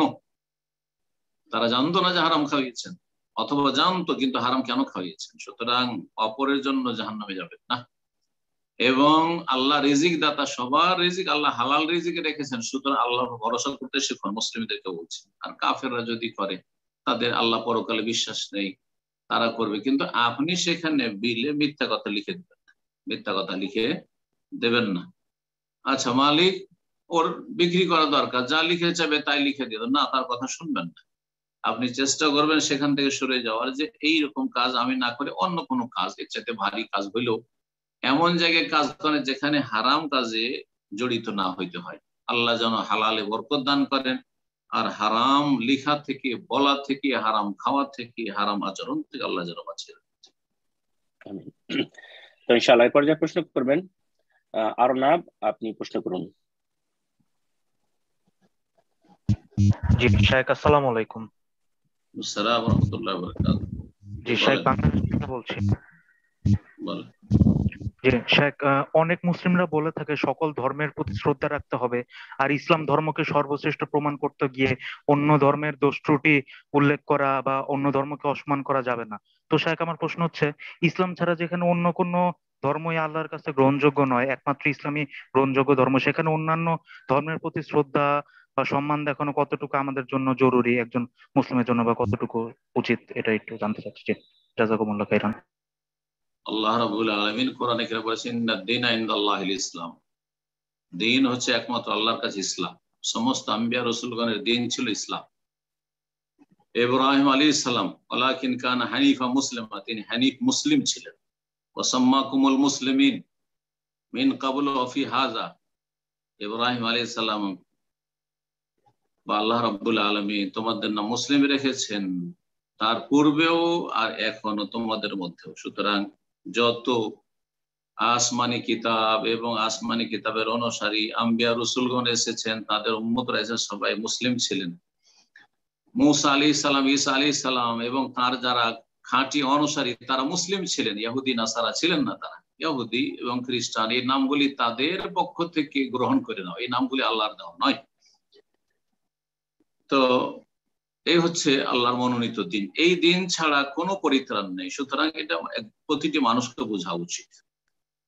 আমাদেরকে দিন ইসলাম মানতে হবে, আকীদা বিশ্বাসের ক্ষেত্রে, ইবাদত বন্দেগীর ক্ষেত্রে, জীবনের প্রতিটি ক্ষেত্রে। আর অন্যান্য যেসব ধর্ম রয়েছে, অমুসলিমরা পাশাপাশি বাস করে, তাদের সাথে সদাচরণ করতে, ভালো আচরণ করতে হবে। তাদের উপর জুলম অত্যাচার করা যাবে না, তাদের সাথে খেয়ানত করা যাবে না, গাদ্দারি বিশ্বাসঘাতকতা করা যাবে না, তাদের ক্ষতি করা যাবে না। ইত্যাদিতে যেসব মানুষ হিসাবে যে অধিকার রয়েছে সেই সব অধিকারগুলি তারা পাবে, নিরাপত্তা পাবে, যদিও তারা সংখ্যালঘু হোক না কেন। এসব অবশ্যই, কিন্তু তার মানে এই নয় যে তাদের ধর্মের শিরকে, কুফুরকে, বাতিলকে, অশ্লীলতাকে আপনি স্বীকৃতি দেবেন এবং সেগুলিকে মেনে নেবেন না, মেনে নেবেন। তবে লাকুম দীনুকুম ওয়ালিয়া দিন, এই ক্ষেত্রে লাকুম দীনুকুম ওয়ালিয়া, তোমরা স্বাধীনভাবে তোমাদের দিন পালন করো, তোমাদের এই অধিকার আছে, জমিনে তোমাদের অধিকার আছে নাগরিক হিসাবে, বা সেখানে অস্থায়ী বসবাস করছো এই হিসাবে, মানুষ হিসাবে। ওয়ালিয়া দিন, আর আমার দিন আমার জন্য, আমার দিন আমার জন্য। লা ইকরাহা ফিদ্দিন, এই ক্ষেত্রে দিনের ক্ষেত্রে জবরদস্তি নেই, অন্তরকে পরিবর্তন করার চেষ্টা করতে হবে। গায়ের জোরে, ক্ষমতার জোরে আপনি কাউকে ভুল ধর্ম পালন করতে দেবেন না, এটাও চলবে না, এটাও চলবে না। ভুলের ওপর আছে তারপরও সেই ক্ষেত্রে আপনার জবরদস্তি চলবে না, আপনি তাদেরকে দাওয়াত দেন। মুযাক্কির ফাইন্নামা আনতা মুযাক্কির, আল্লাহ বলছেন যে তুমি তাদেরকে উপদেশ দাও, তোমার কাজ হচ্ছে উপদেশ দাও, তুমি উপদেশ দানকারী। লাস্তা আলাইহিম বিমুসাইতির, তুমি প্রশাসন না, তুমি দারোগা পুলিশ না যে জবরদস্তি করবে, না না, মোটেই না। এর মানে এই নয় যে তাদের কুফরের উপর সন্তুষ্টি প্রকাশ করবেন। শ্রদ্ধা সম্মান করা মানে সন্তুষ্টি প্রকাশ করা, সন্তুষ্টি প্রকাশ করার অর্থে যদি হয় তাহলে মোটেই জায়েজ নাই। কিন্তু শ্রদ্ধা করা মানে তোমরা তোমাদের ধর্ম করো, আমরা আমাদের ধর্ম করেছি, সেটা আলাদা, এতটুকু ঠিক আছে। কিন্তু শ্রদ্ধা করা মানে আমি সব জায়গায় হাজির, আপনি সব জায়গায় হাজির, মসজিদও হাজির, মাজারেও হাজির, আপনি চার্চেও হাজির, মন্দিরেও হাজির, সব জায়গায় হাজির, না না, এটা জায়েজ না। মন্দিরে মন্দিরওয়ালারা যাবে, চার্চে চার্চওয়ালারা যাবে, মসজিদে মসজিদওয়ালারা যাবে, তাদেরকে আমরা মসজিদে ডাকি না। যখন তারা অন্তর থেকে বিশ্বাস করে ঈমান নিয়ে আসবে তখন বলবে যে আসো মসজিদে এসে 5 ওয়াক্ত সালাত পড়ো। মসজিদের বাইরে যদি অমুসলিম বসে থাকে, সৌদি আরবে অমুসলিম বসে থাকে, কিছুই বলা হয় না তাদের, কিন্তু মুসলিম বসে থাকলে তাকে অবশ্যই বলা হয় যে সালা সালা। জি, আশা করি বিষয়টি বুঝতে পেরেছেন। আল্লাহ যেন আমাদেরকে দ্বীনকে বুঝে সে অনুযায়ী চলার এবং পালন করার তৌফিক দান করেন। বাড়াবাড়ি ছাড়ি থেকে আল্লাহ যেন বেঁচে থাকার তৌফিক দান করেন। আমিন। তো ইনশাআল্লাহ এই পর্যায়ে প্রশ্ন করবেন মারিয়াম আক্তার, আপনি প্রশ্ন করুন।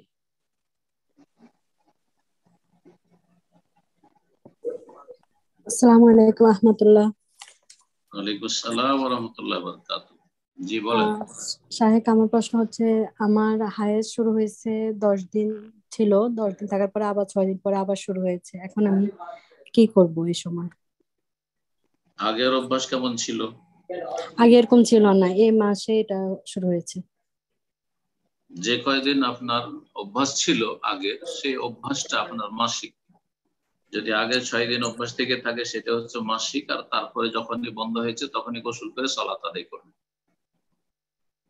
গোসল করে সালাত আদায় করবেন। তারপরে যখন ব্লিডিং আসবে দেখবেন সেটা যদি তাজা রক্তের মতো হয় তাহলে সেটা ইস্তিহাজা রোগের কারণে, সেটা রোগের কারণে। আর যদি না দেখছেন যে না সেটা মাসিক, রক্তের রং কালো, দুর্গন্ধযুক্ত, তাহলে এক মাসেও একাধিকবার মাসিক হতে পারে। মাসিক সম্পর্কে সহিহ বুখারীর ধারাবাহিক আলোচনা আমার 7টি হয়েছে, সেই আলোচনাগুলি শুনে নিতে বলবো আপনাদেরকে। ইনশাআল্লাহ তাআলা শুনলে সবগুলি কথা তাতে ক্লিয়ার হয়ে যাবে। ইনশাআল্লাহ প্রশ্ন করবেন মঈনুদ্দিন, আপনি প্রশ্ন করুন। আসসালামু আলাইকুম ওয়া রাহমাতুল্লাহ। ওয়ালাইকুম আসসালাম ওয়া রাহমাতুল্লাহি ওয়া বারাকাতুহু। শাইখ মদিনা থেকে বলছি আমি, মঈন। মাশাআল্লাহ মাশাআল্লাহ, মদিনা, আহলে মদিনা, বলেন।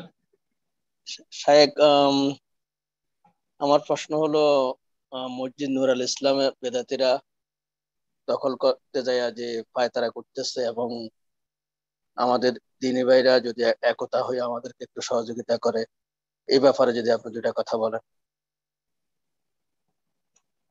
মসজিদ আল্লাহর ঘর, আল্লাহর ঘরের হেফাজত করতে হবে কাফের মুশরিক থেকেও, এবং যারা বিদআতপন্থী পথভ্রষ্ট তারা অসৎ উদ্দেশ্য নিয়ে সে মসজিদ দখল করার জন্য আসে, সে যেখানকারই হোক না কেন, মসজিদ আপনার মসজিদ নূরুল ইসলাম হোক অথবা যে কোনো আল্লাহর জমিনে যে কোনো দেশে মসজিদ হোক, মুমিন মুসলিমদের জন্য ফরজ হচ্ছে আল্লাহর ঘর মসজিদের হেফাজত করা যথাসাধ্য। মুসলিম দেশ হলে মুসলিম শাসক মসজিদের হেফাজত করবে, এই দায়িত্ব মুসলিম শাসকের ফরজ। আর যদি অমুসলিম দেশে থাকেন তাহলে সেখানে মুসলিম যে কমিউনিটি রয়েছে তারা যথাসাধ্য সেই মসজিদের হেফাজতের চেষ্টা করবে। আর যদি আপোষে দেখা যায় এমন দ্বন্দ্ব হচ্ছে যেখানে লড়াই ঝগড়ার উপক্রম, মারামারির উপক্রম, তাহলে এইরকম ফিতনা ফাসাদ বিশৃঙ্খলা ভালো নয় এবং এটা মুসলিম জাতির জন্য কল্যাণকর নয়। বরং দুশ্মনরা হাসবে, বিজাতি হাসবে। ওরা তো আর বুঝবে না যে এরা বেদাতি আর এরা হেদায়াতি, এটা বুঝবে না। ওরা হাসবে দেখে যে কি মুসলিমরা এই মসজিদের ভিতরে মারামারি করছে, মসজিদের ভিতরে লড়াই করছে, মসজিদ নিয়ে এরা কামড়া কামড়ি করছে। তো দুশ্মন হাসার সুযোগ নির্বোধ বেকুব ছাড়া কেউ দিতে পারে না। মুসলিম নির্বোধ একমাত্র দুশ্মন হাসার সুযোগ। এই ক্ষেত্রে যদি মীমাংসা করা সম্ভব হয়, তৃতীয় পক্ষ আলেম ওলামাদের শরণাপন্ন হয়ে, সেই দেশে নিশ্চয়ই আলেম ওলামারা রয়েছেন, দিনের দায়ীরা রয়েছেন, তাদেরকে নিয়ে যদি সম্ভব হয় যে একটা মীমাংসা করবেন তাহলে ভালো কথা, তাহলে অমুসলিমদের আদালতে যাবেন না। আর যদি দেখা যায় যে না সেটাও সম্ভব হলো না, তাহলে নিরুপায়, তাহলে আইনের আশ্রয় নেবেন, আদালতে যাবেন, আর তারপরে সেখান থেকে ফয়সালা নেওয়ার চেষ্টা করবেন। আল্লাহ রাব্বুল আলামিন আপনাদের জন্য কল্যাণ করুন। এবং যে যেখানে আছেন কোরআন সুন্নাহ ভিত্তিক যেসব মসজিদ প্রতিষ্ঠিত হয়েছে, তাওহীদ সুন্নাহর উপর যেসব মসজিদ মাদ্রাসা প্রতিষ্ঠিত হয়েছে আর হচ্ছে, আল্লাহ যেন সেগুলির হেফাজত করেন। আর যারা বিদআতপন্থী অসৎ লোক, তারা দুনিয়ার স্বার্থে অথবা তাদের ভ্রান্ত আকীদা প্রতিষ্ঠার জন্য, মসজিদ মাদ্রাসা দখলের জন্য যেসব অপপ্রয়াস চালিয়ে থাকে বিভিন্ন জায়গায়, এরকম ঘটনা শোনা যায়। কখনো জ্বালিয়ে দিয়ে থাকে, কখনো মসজিদ ভেঙে দিয়ে থাকে, এরকম সীমা লঙ্ঘন করে, তার শাস্তি তারা পাচ্ছে। আলহামদুলিল্লাহ, তার শাস্তি তারা পাচ্ছে। আজকে না হলে কালকে পাবে, দুনিয়ায় না হলে আখিরাতে পাবে। আর মুমিন ব্যক্তি কখনো মসজিদ নিয়ে বিশৃঙ্খলা অশান্তি সৃষ্টি করতে পারে না। তবে সবার আকীদা যদি একরকম হয়, সবার মানহাজ যদি একরকম হয়, কোরআন সুন্নাহর সবাই অনুসারী, তারপরেও নেতৃত্বের লড়াই, তাহলে দুই দলই সেখানে কিন্তু সৎ নয়। ইখলাসের অভাব রয়েছে, ক্ষমতার লড়াই রয়েছে। এমন যেন ফিতনা না হয় যে ক্ষমতার লড়াইয়ের জন্য এরাও সহি আকীদার দাবিদার, এরাও সহি আকীদার দাবিদার, আর আসলেও সহি আকীদা মানহাজ, কিন্তু দুনিয়ার গরজে কে মসজিদের দায়িত্বশীল মুতাওয়াল্লি হবে, কারা নিজের ক্ষমতায় মসজিদ রাখবে, এই নিয়ে লড়াই, তার নিছক দুনিয়ার লড়াই। দুনিয়ার লড়াই যদি দিনের ক্ষেত্রে থাকে তো উভয়ের জন্য কঠোর শাস্তি রয়েছে। আল্লাহ যেন বুঝার তৌফিক দান করেন এবং আল্লাহ রাব্বুল এই সমস্ত ফিতনা ফাসাদকে যেন দূর করেন এবং মুসলিমদেরকে এক হওয়ার যেন আল্লাহ তৌফিক দান করেন। বিদআতপন্থীদের অনিষ্ট থেকে আল্লাহ রাব্বুল আলামিন আল্লাহর মসজিদ, আল্লাহর দ্বীনের যে প্রতিষ্ঠানগুলি রয়েছে, কোরআন সুন্নাহ ভিত্তিক যেসব পরিচালিত হচ্ছে, সেগুলি যে যেখানেই থাকুক না কেন, আর যেখানেই থাকুক সে প্রতিষ্ঠানগুলি আল্লাহ যেন হেফাজত করেন। প্রশ্ন করবেন জেসমিন, আপনি প্রশ্ন করুন।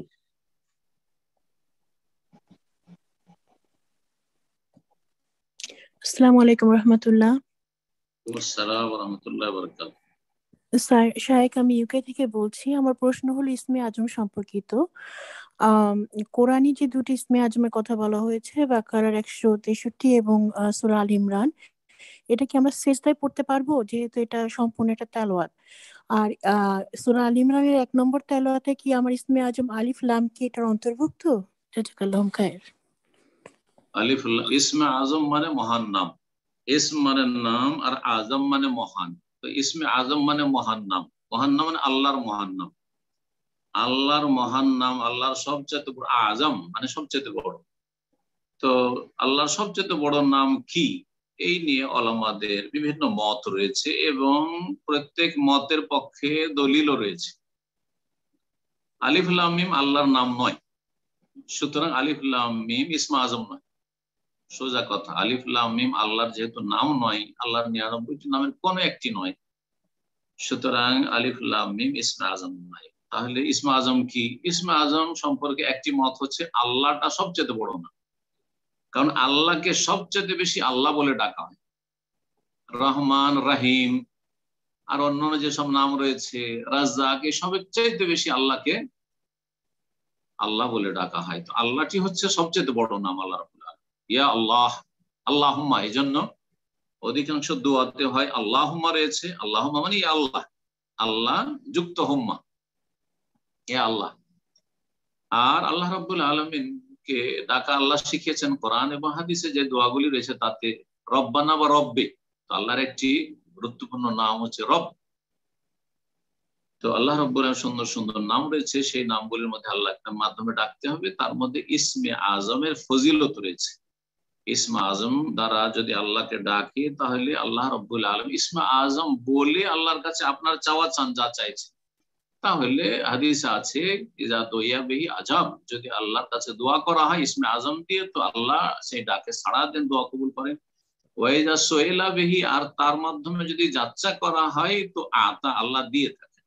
এই হচ্ছে ইসমে আজমের ফজিলত। তো আল্লাহ বলে ডাকেন, আল্লাহুম্মা বলে ডাকেন, অথবা আল হাইয়ুল কাইয়ুম, যেই আয়াতগুলিতে ইঙ্গিত করেছেন আল হাইয়ুল কাইয়ুম, আলিফ লাম মিম, আল্লাহু লা ইলাহা ইল্লা হুয়াল হাইয়ুল কাইয়ুম। আয়াতুল কুরসিতে রয়েছে আল্লাহু লা ইলাহা ইল্লা হুয়াল হাইয়ুল কাইয়ুম, ইয়া হাইয়ু ইয়া কাইয়ুম বিরহমাতিকা নাস্তাগীস। এজন্য ইয়া হাইয়ু ইয়া কাইয়ুম এই দুটি আল্লাহর নাম ইসমে আজম, এর পক্ষে দলিল রয়েছে। তো হচ্ছে ইসমে আজম সম্পর্কে বিদআত পন্থীদের মধ্যে অনেক ভিত্তিহীন ধারণা রয়েছে এবং এমন এমন তারা ধারণা রাখে যেগুলি কোরআন সুন্নাহয় এই কোথাও খুঁজে পাবেন না। মা আনজালাল্লাহু বিহা মিন সুলতান, কোনো দলিল প্রমাণ নেই। ইসমে আজম সম্পর্কে অনেক ইচ্ছা কাহিনী বিদআত পন্থীদের মধ্যে ছড়াছড়ি রয়েছে। ইসমে আজম পড়লে আকাশে উড়ে যাওয়া যায়, ইসমে আজম পড়লে উড়ে সাগর পার হওয়া যায়, ইসমে আজম পড়লে এই হয় তো সে হয়, সব ডাহা মিথ্যা কথা। ইসমে আজম আল্লাহ সুন্দর সুন্দর নাম, আর তার মধ্যে সে কোনটি নাম। সুতরাং আপনি আল্লাহ সুন্দর সুন্দর নাম দিয়ে ওয়ালিল্লাহিল আসমাউল হুসনা ফাদউহু বিহা, আল্লাহ কোরআনে কারীমে বলছেন যে আল্লাহ সুন্দর সুন্দর নাম রয়েছে, ফাদউহু বিহা, সুতরাং তাকে ডাকো, তার কাছে দোয়া করো সে নামগুলির ওসিলাই, নামগুলির মাধ্যমে। জি, জাযাকাল্লাহ খাইরান। তো ইনশাআল্লাহ এই পর্যায়ে প্রশ্ন করবেন মোহাম্মদ হুসাইন মাস্টার, আপনি প্রশ্ন করুন।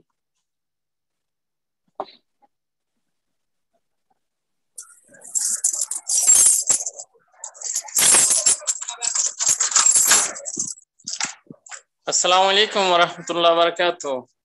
ওয়ালাইকুম আসসালাম ওয়া রাহমাতুল্লাহি ওয়া বারাকাতুহু। জি বলেন। শেখ কেমন আছেন? আলহামদুলিল্লাহ, আলহামদুলিল্লাহ। বলেন, ভালো আছেন? জি আলহামদুলিল্লাহ। শেখ, বিয়ে সম্পর্কে একটু প্রশ্ন আর কি। বিয়ের আসলে বিয়ে সম্পর্কিত। বিয়ের আসলে আমরা সবাই বিয়ে করি বা বিয়ে করাই। আসলে বিয়েতে কয়টি ফরজ, কয়টি রোকন বা মূল বিষয়গুলো কি, এই বিষয়ে যদি আলোচনা আছে শুনে নেবেন। বিয়ের উপরে যে আলোচনাগুলি আছে, বিবাহ নবীগণের সুন্নাত, দুটো আমার আলোচনা রয়েছে। এছাড়াও বিয়ের মাসাইল বিভিন্ন কিতাব থেকে দাসগুলি আছে, ইউটিউবে সার্চ করে শুনে নেবেন। জি, জাযাকাল্লাহ খাইর। বিয়ের শর্ত কি, রুকন কি, ফরজ কি, সুন্নাত কি, সব বিস্তারিত জেনে নেবেন ইনশাআল্লাহ। বারাকাল্লাহ। তো ইনশাআল্লাহ এই পর্যায়ে প্রশ্ন করবেন তাজিমুল তুষার, আপনি প্রশ্ন করুন।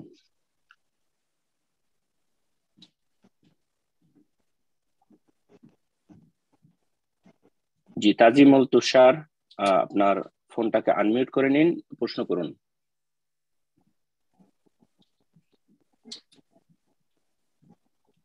সম্ভবত নতুন লাইনে আছেন অথবা নেটজনিত প্রবলেম হতে পারে। তো ইনশাআল্লাহ আমরা আরেকজনকে সুযোগ করে দিচ্ছি। পর্যায়ে প্রশ্ন করবেন ফারহাদ উদ্দিন আহমেদ, আপনি প্রশ্ন করুন।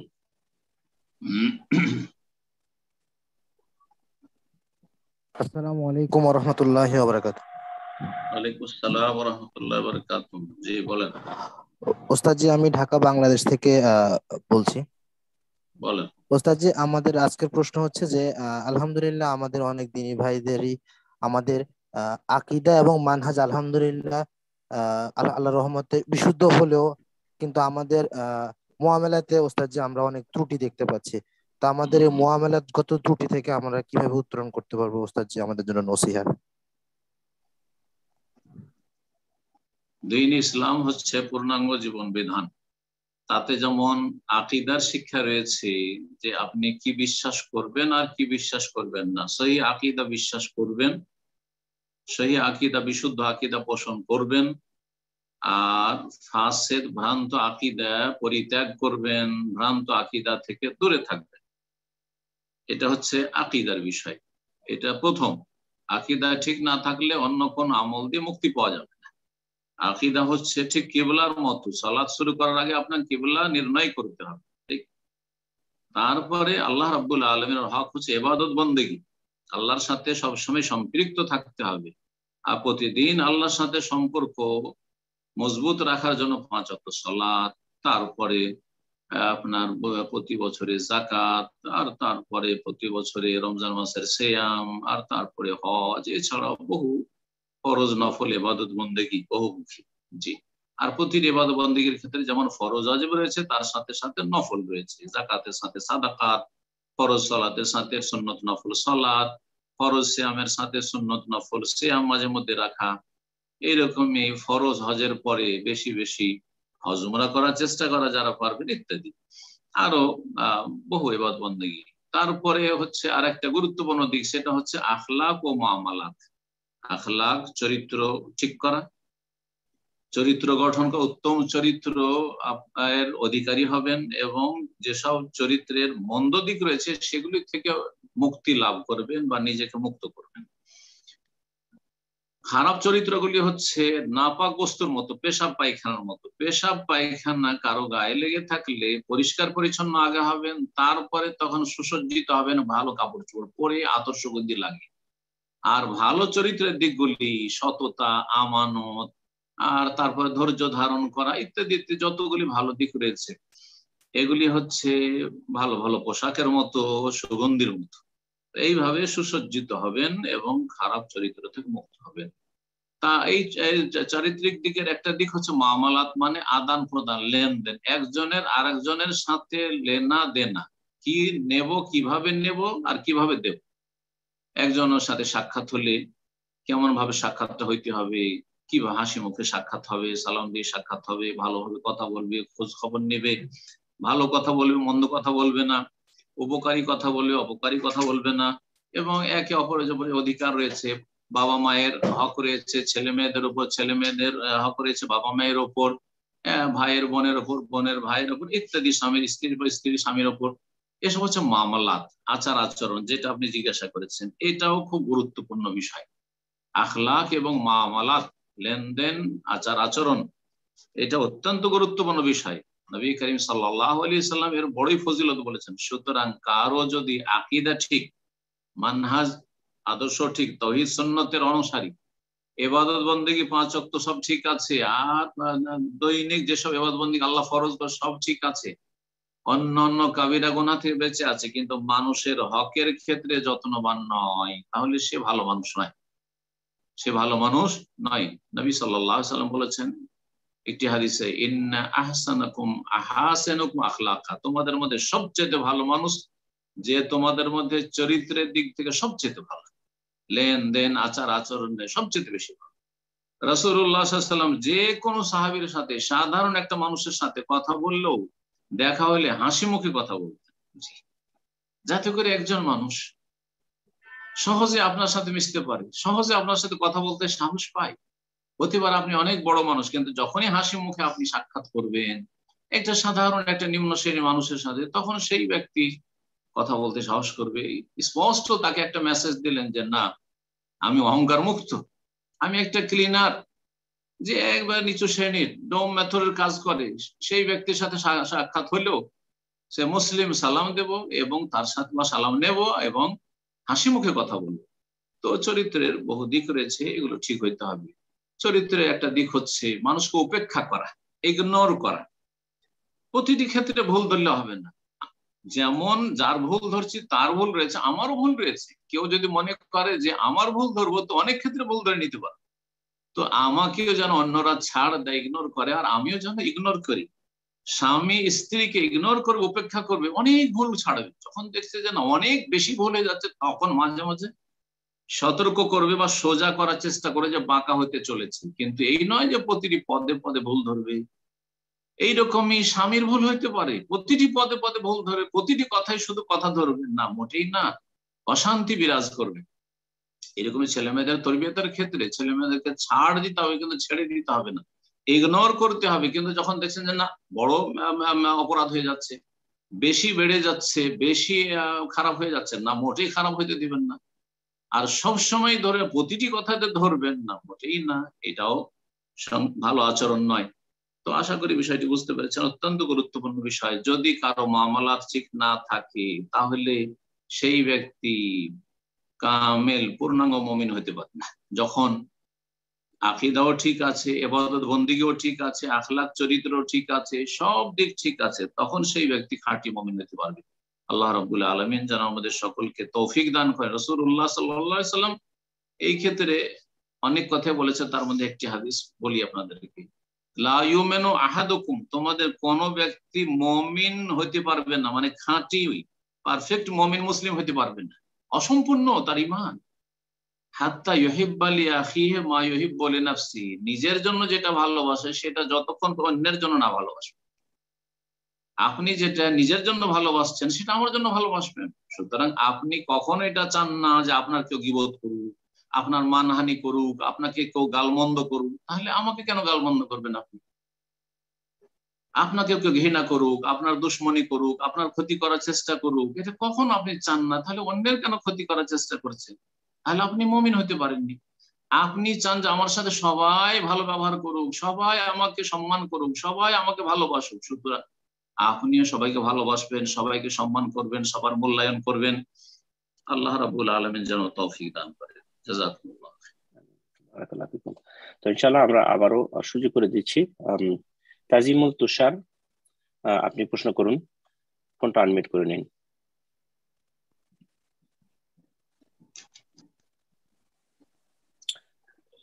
তো ইনশাআল্লাহ আমরা আরেকজনকে সুযোগ করে দেব, আমাদের সময় অনেক স্বল্প, বিধায় আমি সকলকে বলবো যারা প্রশ্ন করব ইনশাআল্লাহ আমরা একটু অ্যাটেনশন দিব, যখনই নাম বলা হবে সাথে সাথে প্রশ্ন করার চেষ্টা করবেন ইনশাআল্লাহ। প্রশ্ন করবেন আহনাব হোসেন, আপনি প্রশ্ন করুন।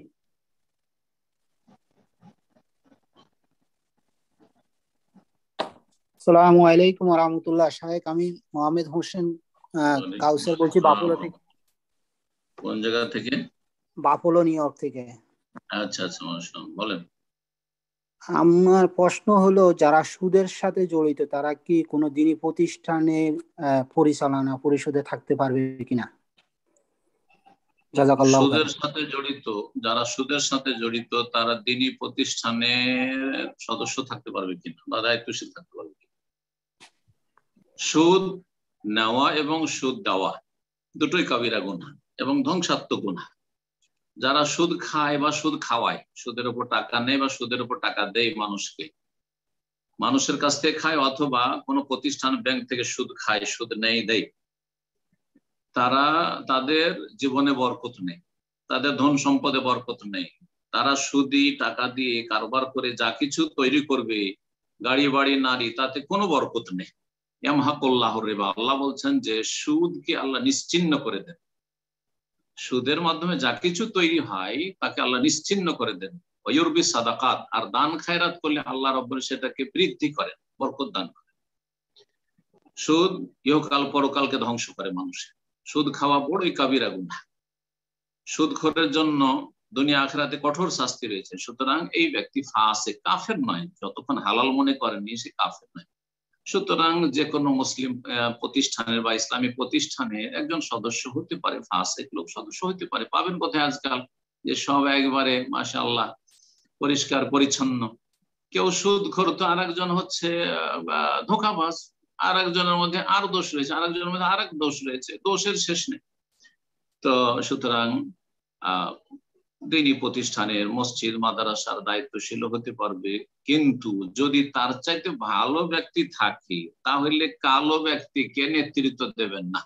ভালোরা যদি মসজিদ চালিয়ে নিতে পারেন আর যদি মাদ্রাসা চালিয়ে নিতে পারেন, তাহলে কালোকে, সুদখোরকে, হারামখোরকে আর খারাপ লোকদেরকে না সদস্য বানাবেন না নেতৃত্ব দেবেন না। কিন্তু গায়ের জোরে যদি নেতৃত্বে চলে আসে, জনবল রয়েছে, ধন সম্পদের বল রয়েছে, অথবা আমাদের উপর চাপিয়ে দেওয়া হয়েছে ফাসেক নেতাকে, তাহলে ফাসেকের আনুগত্য করতে হবে, পাপিষ্ট নেতার আনুগত্য করতে হবে। যদি আমাদের উপর আমাদের ইচ্ছার বিরুদ্ধে চাপিয়ে দেওয়া হয় তখন বিরুদ্ধাচরণ করা যাবে না, ভালো কাজ আনুগত্য করতে হবে। আর যেখানে গুনার কাজ বলে লা তাআতা লি মাখলুকিন ফি মাসিয়াতিল খালিক। আশা করি বিষয়টি বুঝতে পেরেছেন।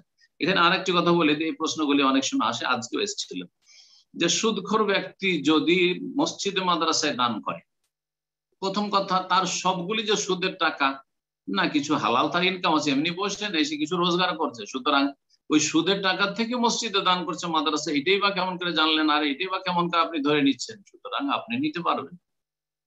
2 নম্বর কথা, ইসলাম এ কথা শেখায়নি যে কেউ দান করতে আসছে আর সে সুদ করা, জানেন যে সুদ কর, তাকে আপনি এখন জিজ্ঞাসা করেন, তদন্তে বসেন, তদন্ত কমিটি তৈরি করেন যে আচ্ছা আপনি যে টাকাটা দান করলেন সেটা সুদের টাকা না আপনার হালাল রোজগার, এটা কি ইসলামে কোথাও আছে? কোথাও নেই। রাসূলুল্লাহ সাল্লাল্লাহু আলাইহি ওয়াসাল্লাম স্বয়ং রাসূলুল্লাহ ইহুদির বাড়ি দাওয়াত খেয়েছেন। ইহুদিরা পৃথিবীর মধ্যে সবচেয়ে বেশি সুদ করে, আর এখনকার ইহুদি না, 1400 বছর আগের ইহুদিদের সম্পর্কে আল্লাহ বলছেন ওয়াকলাহিমির রিবা ওয়াকাদ নুহু আনহু। এই ইহুদির আল্লাহর গজব হয়েছে, লানত হয়েছে কিসের জন্য? তারা যেহেতু সুদ খেত, অথচ তাদেরকে নিষেধ করা হয়েছিল তাওরাতে সুদ খেতে। তাহলে ইহুদিরা সুদখোর জাতি। রাসূলুল্লাহ সাল্লাল্লাহু আলাইহি সাল্লাম যে ইহুদির বাড়িতে পায়ার দাওয়াত খেয়েছিলেন, গোশতের দাওয়াত খেতে গেছিলেন, আর বিষ মাখিয়ে দিয়েছিল, জিজ্ঞাসা করেননি যে এই ছাগলটা সুদের টাকা নাকি তোমার হালাল টাকা? না না না, আপনি জিজ্ঞেস করতাম। হ্যাঁ, কেউ যদি বলে যে আমি লটারি জিতেছি আর ওই টাকা দিয়ে আপনাদেরকে পার্টি খাওয়াচ্ছি, তখন হারাম। আজকে সুদের একটা বড় অ্যামাউন্ট পেয়েছি, ব্যাংক থেকে নিয়ে এসেছি, সেই জন্য আপনাদেরকে পাঠিয়ে দিচ্ছি, তখন হারাম, কারণ সে নিজেই বলে দিল যেটা সুদের টাকা। আশা করি বুঝতে পেরেছেন। কিন্তু আপনাকে আমাকে তদন্ত করতে হবে, জিজ্ঞাসা করতে হবে যে আপনার এই মুরগিটা কে জবাই করেছে, আপনার এই ছাগলটা যে জবাই করে আমাদের খাওয়াচ্ছেন তো কে জবাই। এখন চরমপন্থী আছে আমাদের দেশে, ভারত বাংলাদেশে একদল আছে নিজেদেরকে মুসলিমিন বলে, যে আমরা মুসলিম, আর যেখানে যাবে জিজ্ঞাসা করবে যে তোমার এই ছাগল, তো ছাগল কে জবাই করেছে? আচ্ছা এই মোরগটা যে জবাই করেছে তো কে, নামাজি জবাই করেছে না বেনামাজি জবাই করেছে? কোথায় আছে? কোন একজন সাহাবী জিজ্ঞাসা করেছে, রাসূলুল্লাহ জিজ্ঞেস করেছেন কাউকে যে যে জবাই করেছে সে মুনাফিক, ইবনে উবাই মুনাফিকের দল না মুসলিম মুহাজির আনসার? জিজ্ঞেস করেছেন। কেন মদিনা মুনাফিক ছিল না? মুনাফিক তো কাফের, মুনাফিক তো কাফের। তুই তো জিজ্ঞেস করেননি যে এটা মুনাফিকে জবাই করেছে না মুসলিমে জবাই করেছে? এগুলো বাড়াবাড়ি। তো আশা করি বিষয়টি বুঝতে পেরেছেন। আল্লাহু তাআলা আলাম। জাযাকুমুল্লাহ। বারাকাল্লাহু ফিকুম। তো ইনশাআল্লাহ এই পর্যায়ে প্রশ্ন করবেন জিনান ইসলাম, আপনি প্রশ্ন করুন।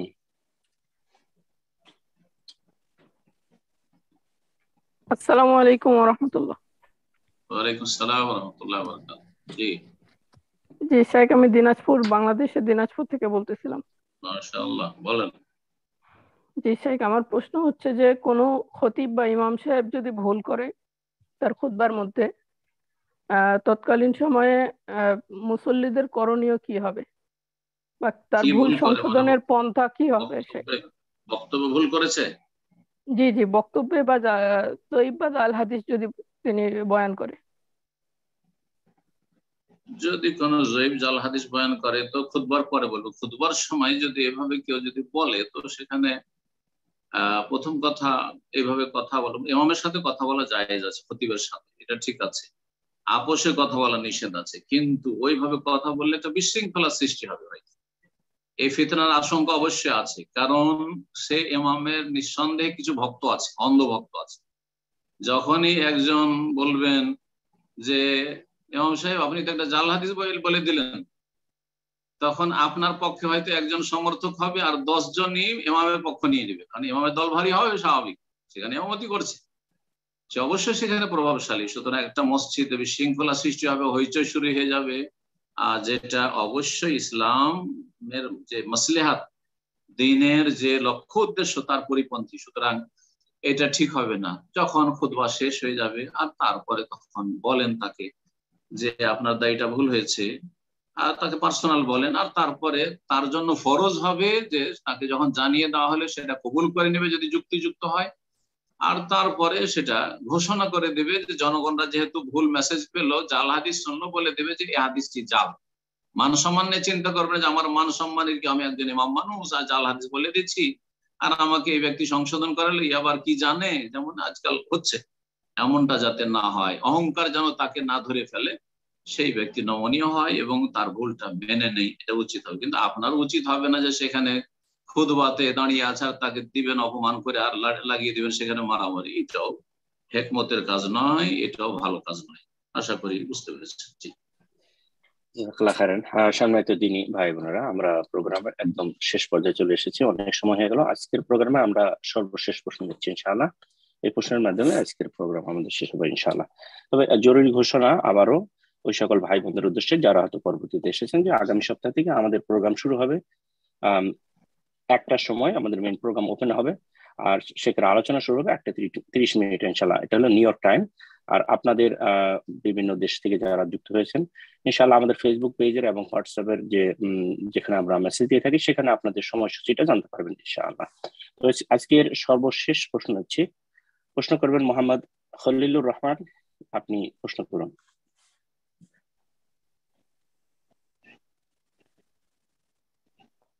আসসালামু আলাইকুম ওয়া রাহমাতুল্লাহি ওয়া বারাকাতুহু। ওয়ালাইকুম আসসালাম ওয়া রাহমাতুল্লাহি ওয়া বারাকাতুহু। জি বলেন। ইনশাআল্লাহ আমি ওমরায় রওনা হওয়ার প্রস্তুতিতে আছি, 2-1 দিনের মধ্যে রওনা হব। আর ওমরা সংক্রান্ত আপনার আলোচনায় 2-3টা জিনিস আমি পরিষ্কার হতে পারিনি। যেমন আপনি বলেছেন যে ইহরাম বেঁধে মক্কায় পৌঁছার পরে গোসল করে নিতে পারলে উত্তম হয়। এখন ইহরাম বাঁধার পরে আবার ইহরাম খুলে গোসল করা, এটা কি ইহরামের বিধানের কোনো লঙ্ঘন হবে কিনা? নাম্বার 2, মারোয়া পাহাড়ে আমার সপ্তম সাই শেষ হওয়ার পরে সাফাতে যে শুরু করার যে কলেমা তাওহীদ পড়ে শুরু করতে হয়, ওইটা কি শেষের বারেও আবার শেষ করার পরে পড়তে হবে? আর সর্বশেষ নবী সাল্লাল্লাহু আলাইহি ওয়াসাল্লামের রওজায় দাঁড়িয়ে সালাম কিভাবে দেব? হ্যাঁ, তৃতীয় প্রশ্ন কি বলেন? জি শাহ, ওনার তৃতীয় প্রশ্নটা আমরা ইনশাআল্লাহ আপনার 2টা প্রশ্ন পরে নিচ্ছি ইনশাআল্লাহ। অসুবিধা না, মনে রাখেন। আচ্ছা, আমি ওনাকে আনমিউট করে দিচ্ছি। জি বলেন। জি আপনি আনমিউট করে তৃতীয় নম্বর প্রশ্নটা করে নিন ইনশাআল্লাহ। আমার সর্বশেষ প্রশ্ন। জি মদিনার রওজা, নবী সাল্লাল্লাহু আলাইহি ওয়াসাল্লামের রওজায় সালাম দিতে কি ওই যে কবর জিয়ারতের দোয়া আসসালামু আলাইকুম ইয়া আহলাদ দিয়ারি মিনাল মুমিনিন ওয়াল মুসলিমিন, এই দোয়া পড়বো? এইটুকুই, এই 3টা জিনিসই জানার। আচ্ছা, মাশাআল্লাহ।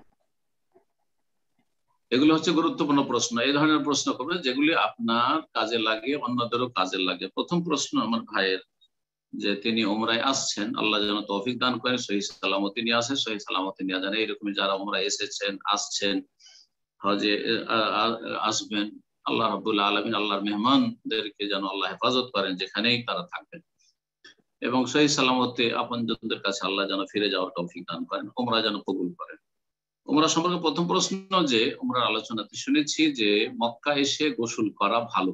এক তো মিকাতে গোসল করা, যদি মিকাতে নামেন তাহলে, কিন্তু মিকাতে যেহেতু নামছেন না, বাংলাদেশ থেকে আসবেন ফ্লাইটে, তাহলে আপনি যখন এহরামের কাপড় পরিধান করেছেন ফ্লাইটে ওঠার আগে, হোটেলে আছেন অথবা ঢাকায় বাসায় আছেন, তখন গোসল করে বেরিয়ে যাবেন, গোসল করে পরিষ্কার পরিচ্ছন্ন হয়ে বেরিয়ে যাবেন। আর তারপরে এহরামের কাপড়টা পরে নেবেন, কিন্তু এহরামের নিয়ত অন্তরে এটা তখন করবেন না। এহরামের কাপড় পরার নাম নিয়ত নয়। এহরামের কাপড় পরলেই মানুষ মনে করে যে এহরাম বেঁধে নিয়েছে, এহরাম বেঁধে নিয়েছে না। এহরাম বাঁধা মানে অন্তরে নিয়ত করা, আর সেটা করবেন যখন তায়েফের ওপর দিয়ে অতিক্রম করবে ফ্লাইট, পূর্ব দিক থেকে এসে, বাংলাদেশ ভারত থেকে এসে, তখন বারবার ঘোষণা করা হবে, জানানো হবে যে এখন আপনারা নিয়ত করে নেন বা ইহরাম বেঁধে নেন। তখন বলবেন লাব্বাইক উমরা বলবেন আর অন্তরে নিয়ত করবেন, এটি নিয়তের উচ্চারণ নয়। তারপরে মক্কা পৌঁছে হাদিসে আছে সেখানে রাসূলুল্লাহ সাল্লাল্লাহু আলাইহি ওয়াসাল্লাম গোসল করেছেন। গোসল করা মুস্তাহাব বা সুন্নাত, গোসল করা ভালো। যদি সম্ভব হয় হোটেলে গোসল করে নিলেন, ফ্রেশ হয়ে তারপরে উমরা করতে গেলেন। এই গোসলে সুগন্ধি ব্যবহার করবেন না, কারণ এহরাম অবস্থায় আছে না। এখন আপনার আসল প্রশ্ন যেটা, যে এখানে এহরাম তো বেঁধে আছি, কাপড় পরে আছি, তো কেমন করে গোসল করব? এর একটা তরিকা হচ্ছে যে আপনি এহরামের যে সেলাইবিহীন কাপড় পরে আছেন, আরেকটা জোড়া আপনার সেলাইবিহীন কাপড় থাকবে, সেটা পরে গোসল করে ভিজিয়ে দিলেন আর কাপড় বদলে নেবেন। তো সেলাইবিহীন কে বদলাবেন সেলাইবিহীন দিয়ে, মাঝখানে সেলাই করা কোনো কাপড় পরবেন না, অর্থাৎ লুঙ্গি সেলাই করা লুঙ্গি পরবেন না, পায়জামা পরবেন না, জুব্বা পরবেন না। এক কথায় দুই জোড়া আছে, এক জোড়া ভিজিয়ে দিলে আর এক জোড়া বদলে নিন। আর না হলে জায়েজ আছে কাপড় খুলে গোসল করা, নির্জনে জায়েজ আছে, আপনি ইহরামের কাপড় খুলে রেখে দিলেন দুটো, আর তারপরে গোসল করে নিয়ে আবার সেটাই পরে নিলেন, কিন্তু গোসলের সময় আপনি লুঙ্গি পরে নিলে যেটা সেলাই আছে না, জায়েজ নয়। গেঞ্জি পরে নিলে জায়েজ নয়, জুব্বা পরে নিলেন জায়েজ নয়। এক কথায় তো এই দুটোর একটা আপনি করতে পারেন, এভাবে গোসল করতে পারেন। এহরামের অবস্থায় যদি আপনি 10-20 দিন থেকে যান, যেমন কেরানে যারা আসে, আপনি গোসল করবেন না, অবশ্যই গোসল করবেন, প্রতিদিন গোসল করেন, কোনো অসুবিধা নেই, কাপড় বদলাতে থাকবেন, কিন্তু সেলাই করা কাপড় দিয়ে বদলাবেন না, সেলাইবিহীন কাপড় বদলাবেন। সেলাইবিহীন কাপড় পরেছিলেন সেটা খুলবেন, আবার সেলাইবিহীন কাপড় পরবেন। এইভাবে 2 নম্বর যে প্রশ্নটি করেছেন সেটা হচ্ছে সাফা মারোয়া যখন সাই করবো, মারোয়াতে যখন 7ম চক্কর শেষ হবে, তখন কি সেখানে দোয়া পড়ার কথা মনে হয় বলেছেন, যে সেখানে কি সেই দোয়া পড়বো? আর মনে হয় এটাই, যদি আমি মনে রেখে থাকি ঠিক, আর যদি ভুল হয়ে থাকে তো বলবেন একরাম ভাই, অথবা উনি বলবেন, উনি তো শুনছেন না। এখানে আর কিছু পড়ার নেই, যে 7ম বারে পড়বেন না, সেখানে কালেমা তাওহীদ পড়া, লা ইলাহা ইল্লাল্লাহু ওয়াহদাহু লা শারীকা লাহু লাহুল মুলকু ওয়া লাহুল হামদু ওয়া হুয়া আলা কুল্লি শাইইন কাদির, যেহেতু 7 বার পুরা হয়ে গেছে, এখানে আর কোনো কিছু করার নেই। যখন আপনি মারওয়াতে উঠে আবার সাফার দিকে যাচ্ছেন তখন এটা পড়বেন, কিন্তু আপনি 7 বার পুরা করে দেওয়ার পরে সাফাই শুরু করেছে, মারওয়াতে 7 চক্কর শেষ হয়ে গেল, তাহলে এখান থেকে সোজা আপনি বেরিয়ে যাবেন, যে কোনো দিক দিয়ে বেরিয়ে যান, বাইরে দিয়ে বেরিয়ে যান, আবার মসজিদ হারামের ভিতর দিয়ে, বা এই সাফার দিকে বেরিয়ে যাচ্ছেন, ওই দিক দিয়ে আমার রাস্তা সুবিধা, সেদিকে বেরিয়ে চলে যাচ্ছে, কিন্তু আর সেখানে কালেমা তাওহীদও পড়বেন না, লা ইলাহা ইল্লাল্লাহু ওয়াহদাহু আনজাযা ওয়াহদাহু ওয়া নাসারা আবদাহু ওয়া হাযামাল আহজাব ওয়াহদাহু, সেটাও পড়বেন। জি। 3য় প্রশ্ন করেছেন যে মদিনা এসে যখন নবী করিম সাল্লাল্লাহু আলাইহি সাল্লামের কবর জিয়ারত করব, আবু বকর সিদ্দিকের, ওমর রাদিয়াল্লাহু তাআলা আনহুম আজমাইন, কবর যে 3 জনের জিয়ারত করব, মা আয়েশা রাদিয়াল্লাহু তাআলা আনহার কক্ষে রয়েছে, তখন কি সেই কবর জিয়ারতের দোয়াটি সাধারণ দোয়াটি পড়ব, আল্লাহুম্মা আসসালামু আলাইকুম আহলাদ দিয়ার মিনাল মুমিনিন ওয়াল মুসলিমিন ওয়া ইন্না ইনশাআল্লাহ বিকুম লাহিকুন নাসআলুল্লাহ লানা ওয়া লাকুমুল আফিয়া, এটি পড়লে জায়েজ, কিন্তু এটি পড়া আসলে উত্তম না, বরং সেখানে রাসূলুল্লাহ সাল্লাল্লাহু আলাইহি ওয়াসাল্লামকে সম্বোধন করে আপনি সালাম পেশ করবেন, আসসালামু আলাইকা ইয়া রাসূলুল্লাহ, আসসালামু আলাইকা ইয়া খায়রা খালকিল্লাহ, যদি বলতে পারেন ঠিক আছে, না হলে ইয়া রাসূল যথেষ্ট, আসসালামু আলাইকা ইয়া রাসূলুল্লাহ, আসসালামু আলাইকা ইয়া রাসূলুল্লাহ যথেষ্ট। সালাম বলবেন, একটু এগিয়ে যাবেন, সামান্য সরে যাবেন, হ্যাঁ, যে সামনের দিকে যা যাচ্ছেন বাবু সালাম দিয়ে, তো একটু এগিয়ে আবার বলবেন আসসালামু আলাইকা ইয়া খলিফাতা রাসূলিল্লাহ, মানে আবু বকর সিদ্দিক রাদিয়াল্লাহু তাআলা আনহুকে সম্বোধন করি আসসালামু আলাইকা ইয়া খলিফাতা রাসূলিল্লাহ, কারণ আবু বকর সিদ্দিককে রাসূলুল্লাহ খলিফায়ে রাসূলুল্লাহ বলা হয়। উমর রাদিয়াল্লাহু তাআলা আনহুকে আমিরুল মুমিনিন বলা হইতো, আসসালামু আলাইকা ইয়া আমিরাল মুমিনিন, আসসালামু আলাইকা ইয়া আমিরাল মুমিনিন, এইভাবে বলবেন, এটাই হচ্ছে উত্তম সুন্নাত তরিকা। এখানে আপনি প্রশ্ন করতে গিয়ে বললেন নবী সাল্লাল্লাহু আলাইহি ওয়াসাল্লামের রওজা মোবারক যখন জিয়ারত করব, কবরকে রওজা মোবারক বলা আসলে কোরআন হাদিসে নেই, বরং নবী সাল্লাল্লাহু আলাইহি ওয়াসাল্লামের কক্ষ, যে মা আয়েশার কক্ষ যাতে পরে কবর হইল, সেই কক্ষ রুম আর মেম্বারের মাঝখানে যে জায়গাটুকু, সেখানে নফল সালাত পড়া যে ফজিলত রয়েছে, সাদার উপর রঙিন কার্পেট রয়েছে, সেই জায়গাকে হাদিসে রওজা বলা আছে, মা বাইনা বাইতি ও মেম্বারি রাউদাতুম মিন রিয়াদিল জান্নাহ, আমার ঘর এবং আমার মেম্বারের মাঝখানে জায়গাটুকু হচ্ছে জান্নাতের বাগান সমূহের একটি বাগান, এখানে সালাত আদায় করলে জান্নাতের বাগানে পৌঁছিতে পারবেন, অথবা এই জায়গাটুকুকে আল্লাহ জান্নাতের বাগানে সেট করে দিবেন। দ্বিতীয় সেটা ব্যাখ্যা, যেটাই হোক না কেন এই জায়গায় সালাতের ফজিলত রয়েছে, তাহলে রওজা বলা হচ্ছে এই স্থানকে, মসজিদের এই স্থানকে, কিন্তু কবরকে, নবীর কবরকে বা নবীর কবর যে রুমে আছে মা আয়েশার রুমে, সেটার নাম রওজা। এটা বেদাতি ভাষা, সুফিদের ভাষা, তাদের কাছে কবর 3 ভাগে বিভক্ত, নবী সাল্লাল্লাহু আলাইহি ওয়াসাল্লামের কবর রওজা মোবারক, আর যেসব কবরের পূজা হচ্ছে, চিস্তির কবর, জিলানির কবর, আর শাহজালালের কবর, শাহপুরানের কবর, এগুলি হচ্ছে মাজার শরীফ, আর আপনার আমার বাপ মায়ের কবর হচ্ছে কবর, এইরকম ভাগ নেই, সবগুলি কবর, সবগুলি কবর।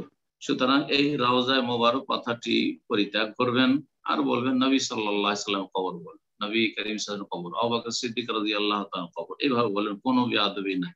সাহাবায়ে কেরাম শত শত হাদিস রয়েছে যে কানা কবরুন নবী সাল্লাল্লাহু আলাইহি ওয়াসাল্লাম, নবী সাল্লাল্লাহু আলাইহি ওয়াসাল্লাম কবর বলতেন তারা। কোন হাদিসে নেই যে কানা রাউদাতুন নবী সাল্লাল্লাহু আলাইহি ওয়াসাল্লাম, নবী সাল্লাল্লাহু আলাইহি ওয়াসাল্লাম রাউদা বলতেন সাহাবীরা। আর তারা আমাদের জন্য উত্তম আদর্শ, তারা আমাদের চাইতে অনেক বেশি ভালোবাসতেন। জি, আল্লাহ যেন বোঝার তৌফিক দান করেন। জাযাকুমুল্লাহু খাইরান। বারাকাল্লাহু ফিকুম শেখ, যথেষ্ট হয়েছে ইনশাআল্লাহ। তো আজকে এখানে সমাপ্ত করে দেন ইনশাআল্লাহ। জাযাকাল্লাহু খাইরান। জাযাকুমুল্লাহ খাইর। যেসব ভাইরা আজকে থাকলেন বা বোনেরা আমাদের সাথে থাকলেন সরাসরি, আল্লাহ তাদের উত্তম বদলা দান করুক এবং আল্লাহ রাব্বুল আলামিনের কাছে দোয়া করি আল্লাহ যেন তাদের সার্বিক কল্যাণ করেন আর সমস্ত রকমের বালা মুসিবত বিপদ আপদ থেকে আল্লাহ যেন হেফাজত করেন এবং উম্মতে মুসলিমার জন্য দোয়া করি সারা বিশ্বের মুসলিম উম্মার আল্লাহ যেন হেফাজত করেন। আল্লাহ রাব্বুল তাদেরকে দ্বীনের দিকে ফিরে আসার তৌফিক দান করে, যারা বিভ্রান্ত হয়ে রয়েছে আর যারা দ্বীনের উপর রয়েছে আল্লাহ তাদেরকে দ্বীনের উপর যেন প্রতিষ্ঠিত রাখেন। আল্লাহ রাব্বুল আলামিন হেদায়েতের উপর যেন কায়েম রাখেন এবং আল্লাহ রাব্বুল আলামিন আমাদের দিন দুনিয়ার সার্বিক যেন কল্যাণ করেন আর সমস্ত অনিষ্ট বালা মুসিবত থেকে আল্লাহ যেন হেফাজত করেন। আর তার সাথে আপনাদের সকলে শুকরিয়া আদায় করছি। আবার আমাদের একরাম ভাই বারবার করে ঘোষণা করেছেন যে ঘোষণাটি আগামী সপ্তাহের জন্য, আগামী সপ্তাহ থেকে সেটা হচ্ছে যে আধা ঘন্টা এগিয়ে দেওয়া হয়েছে। সুতরাং সৌদি আরবের টাইমে রাত 9টায় শুরু হইতো, 8:30টায় শুরু হয়। 9টায় শুরু হইতো, সৌদি আরবের টাইমটা আপনাদেরকে বলে দিচ্ছি। অনেকে হয়তো আমেরিকার টাইম পূর্ব দিক থেকে বুঝতে পারবেন না, যারা বাংলাদেশ থেকে বা অন্যান্য দেশ থেকে, কিন্তু সৌদি আরবের সাথে 3 ঘন্টার পার্থক্য রয়েছে বাংলাদেশের। এখানে 8:30টায় শুরু হবে, তো 8 3 11, তার মানে বাংলাদেশে 11:30টা বাজবে। আর দুপুর 2টার সময় শুরু হইতো আমেরিকার নিউ ইয়র্ক টাইমে, তো সেখানে 1:30টার সময় শুরু হবে। 1:30 আলোচনা শুরু হবে আর তার আধা ঘন্টা আগে থেকেই জুমে যারা প্রশ্ন করবেন তারা আগে থেকে এসে অংশ নেবেন, যাতে করে আপনার প্রশ্ন করার সুযোগ পান। ওয়া সাল্লাল্লাহু আলা নবিয়িনা মুহাম্মদ ওয়া আলা আলিহি ওয়া সাহবিহি আজমাইন।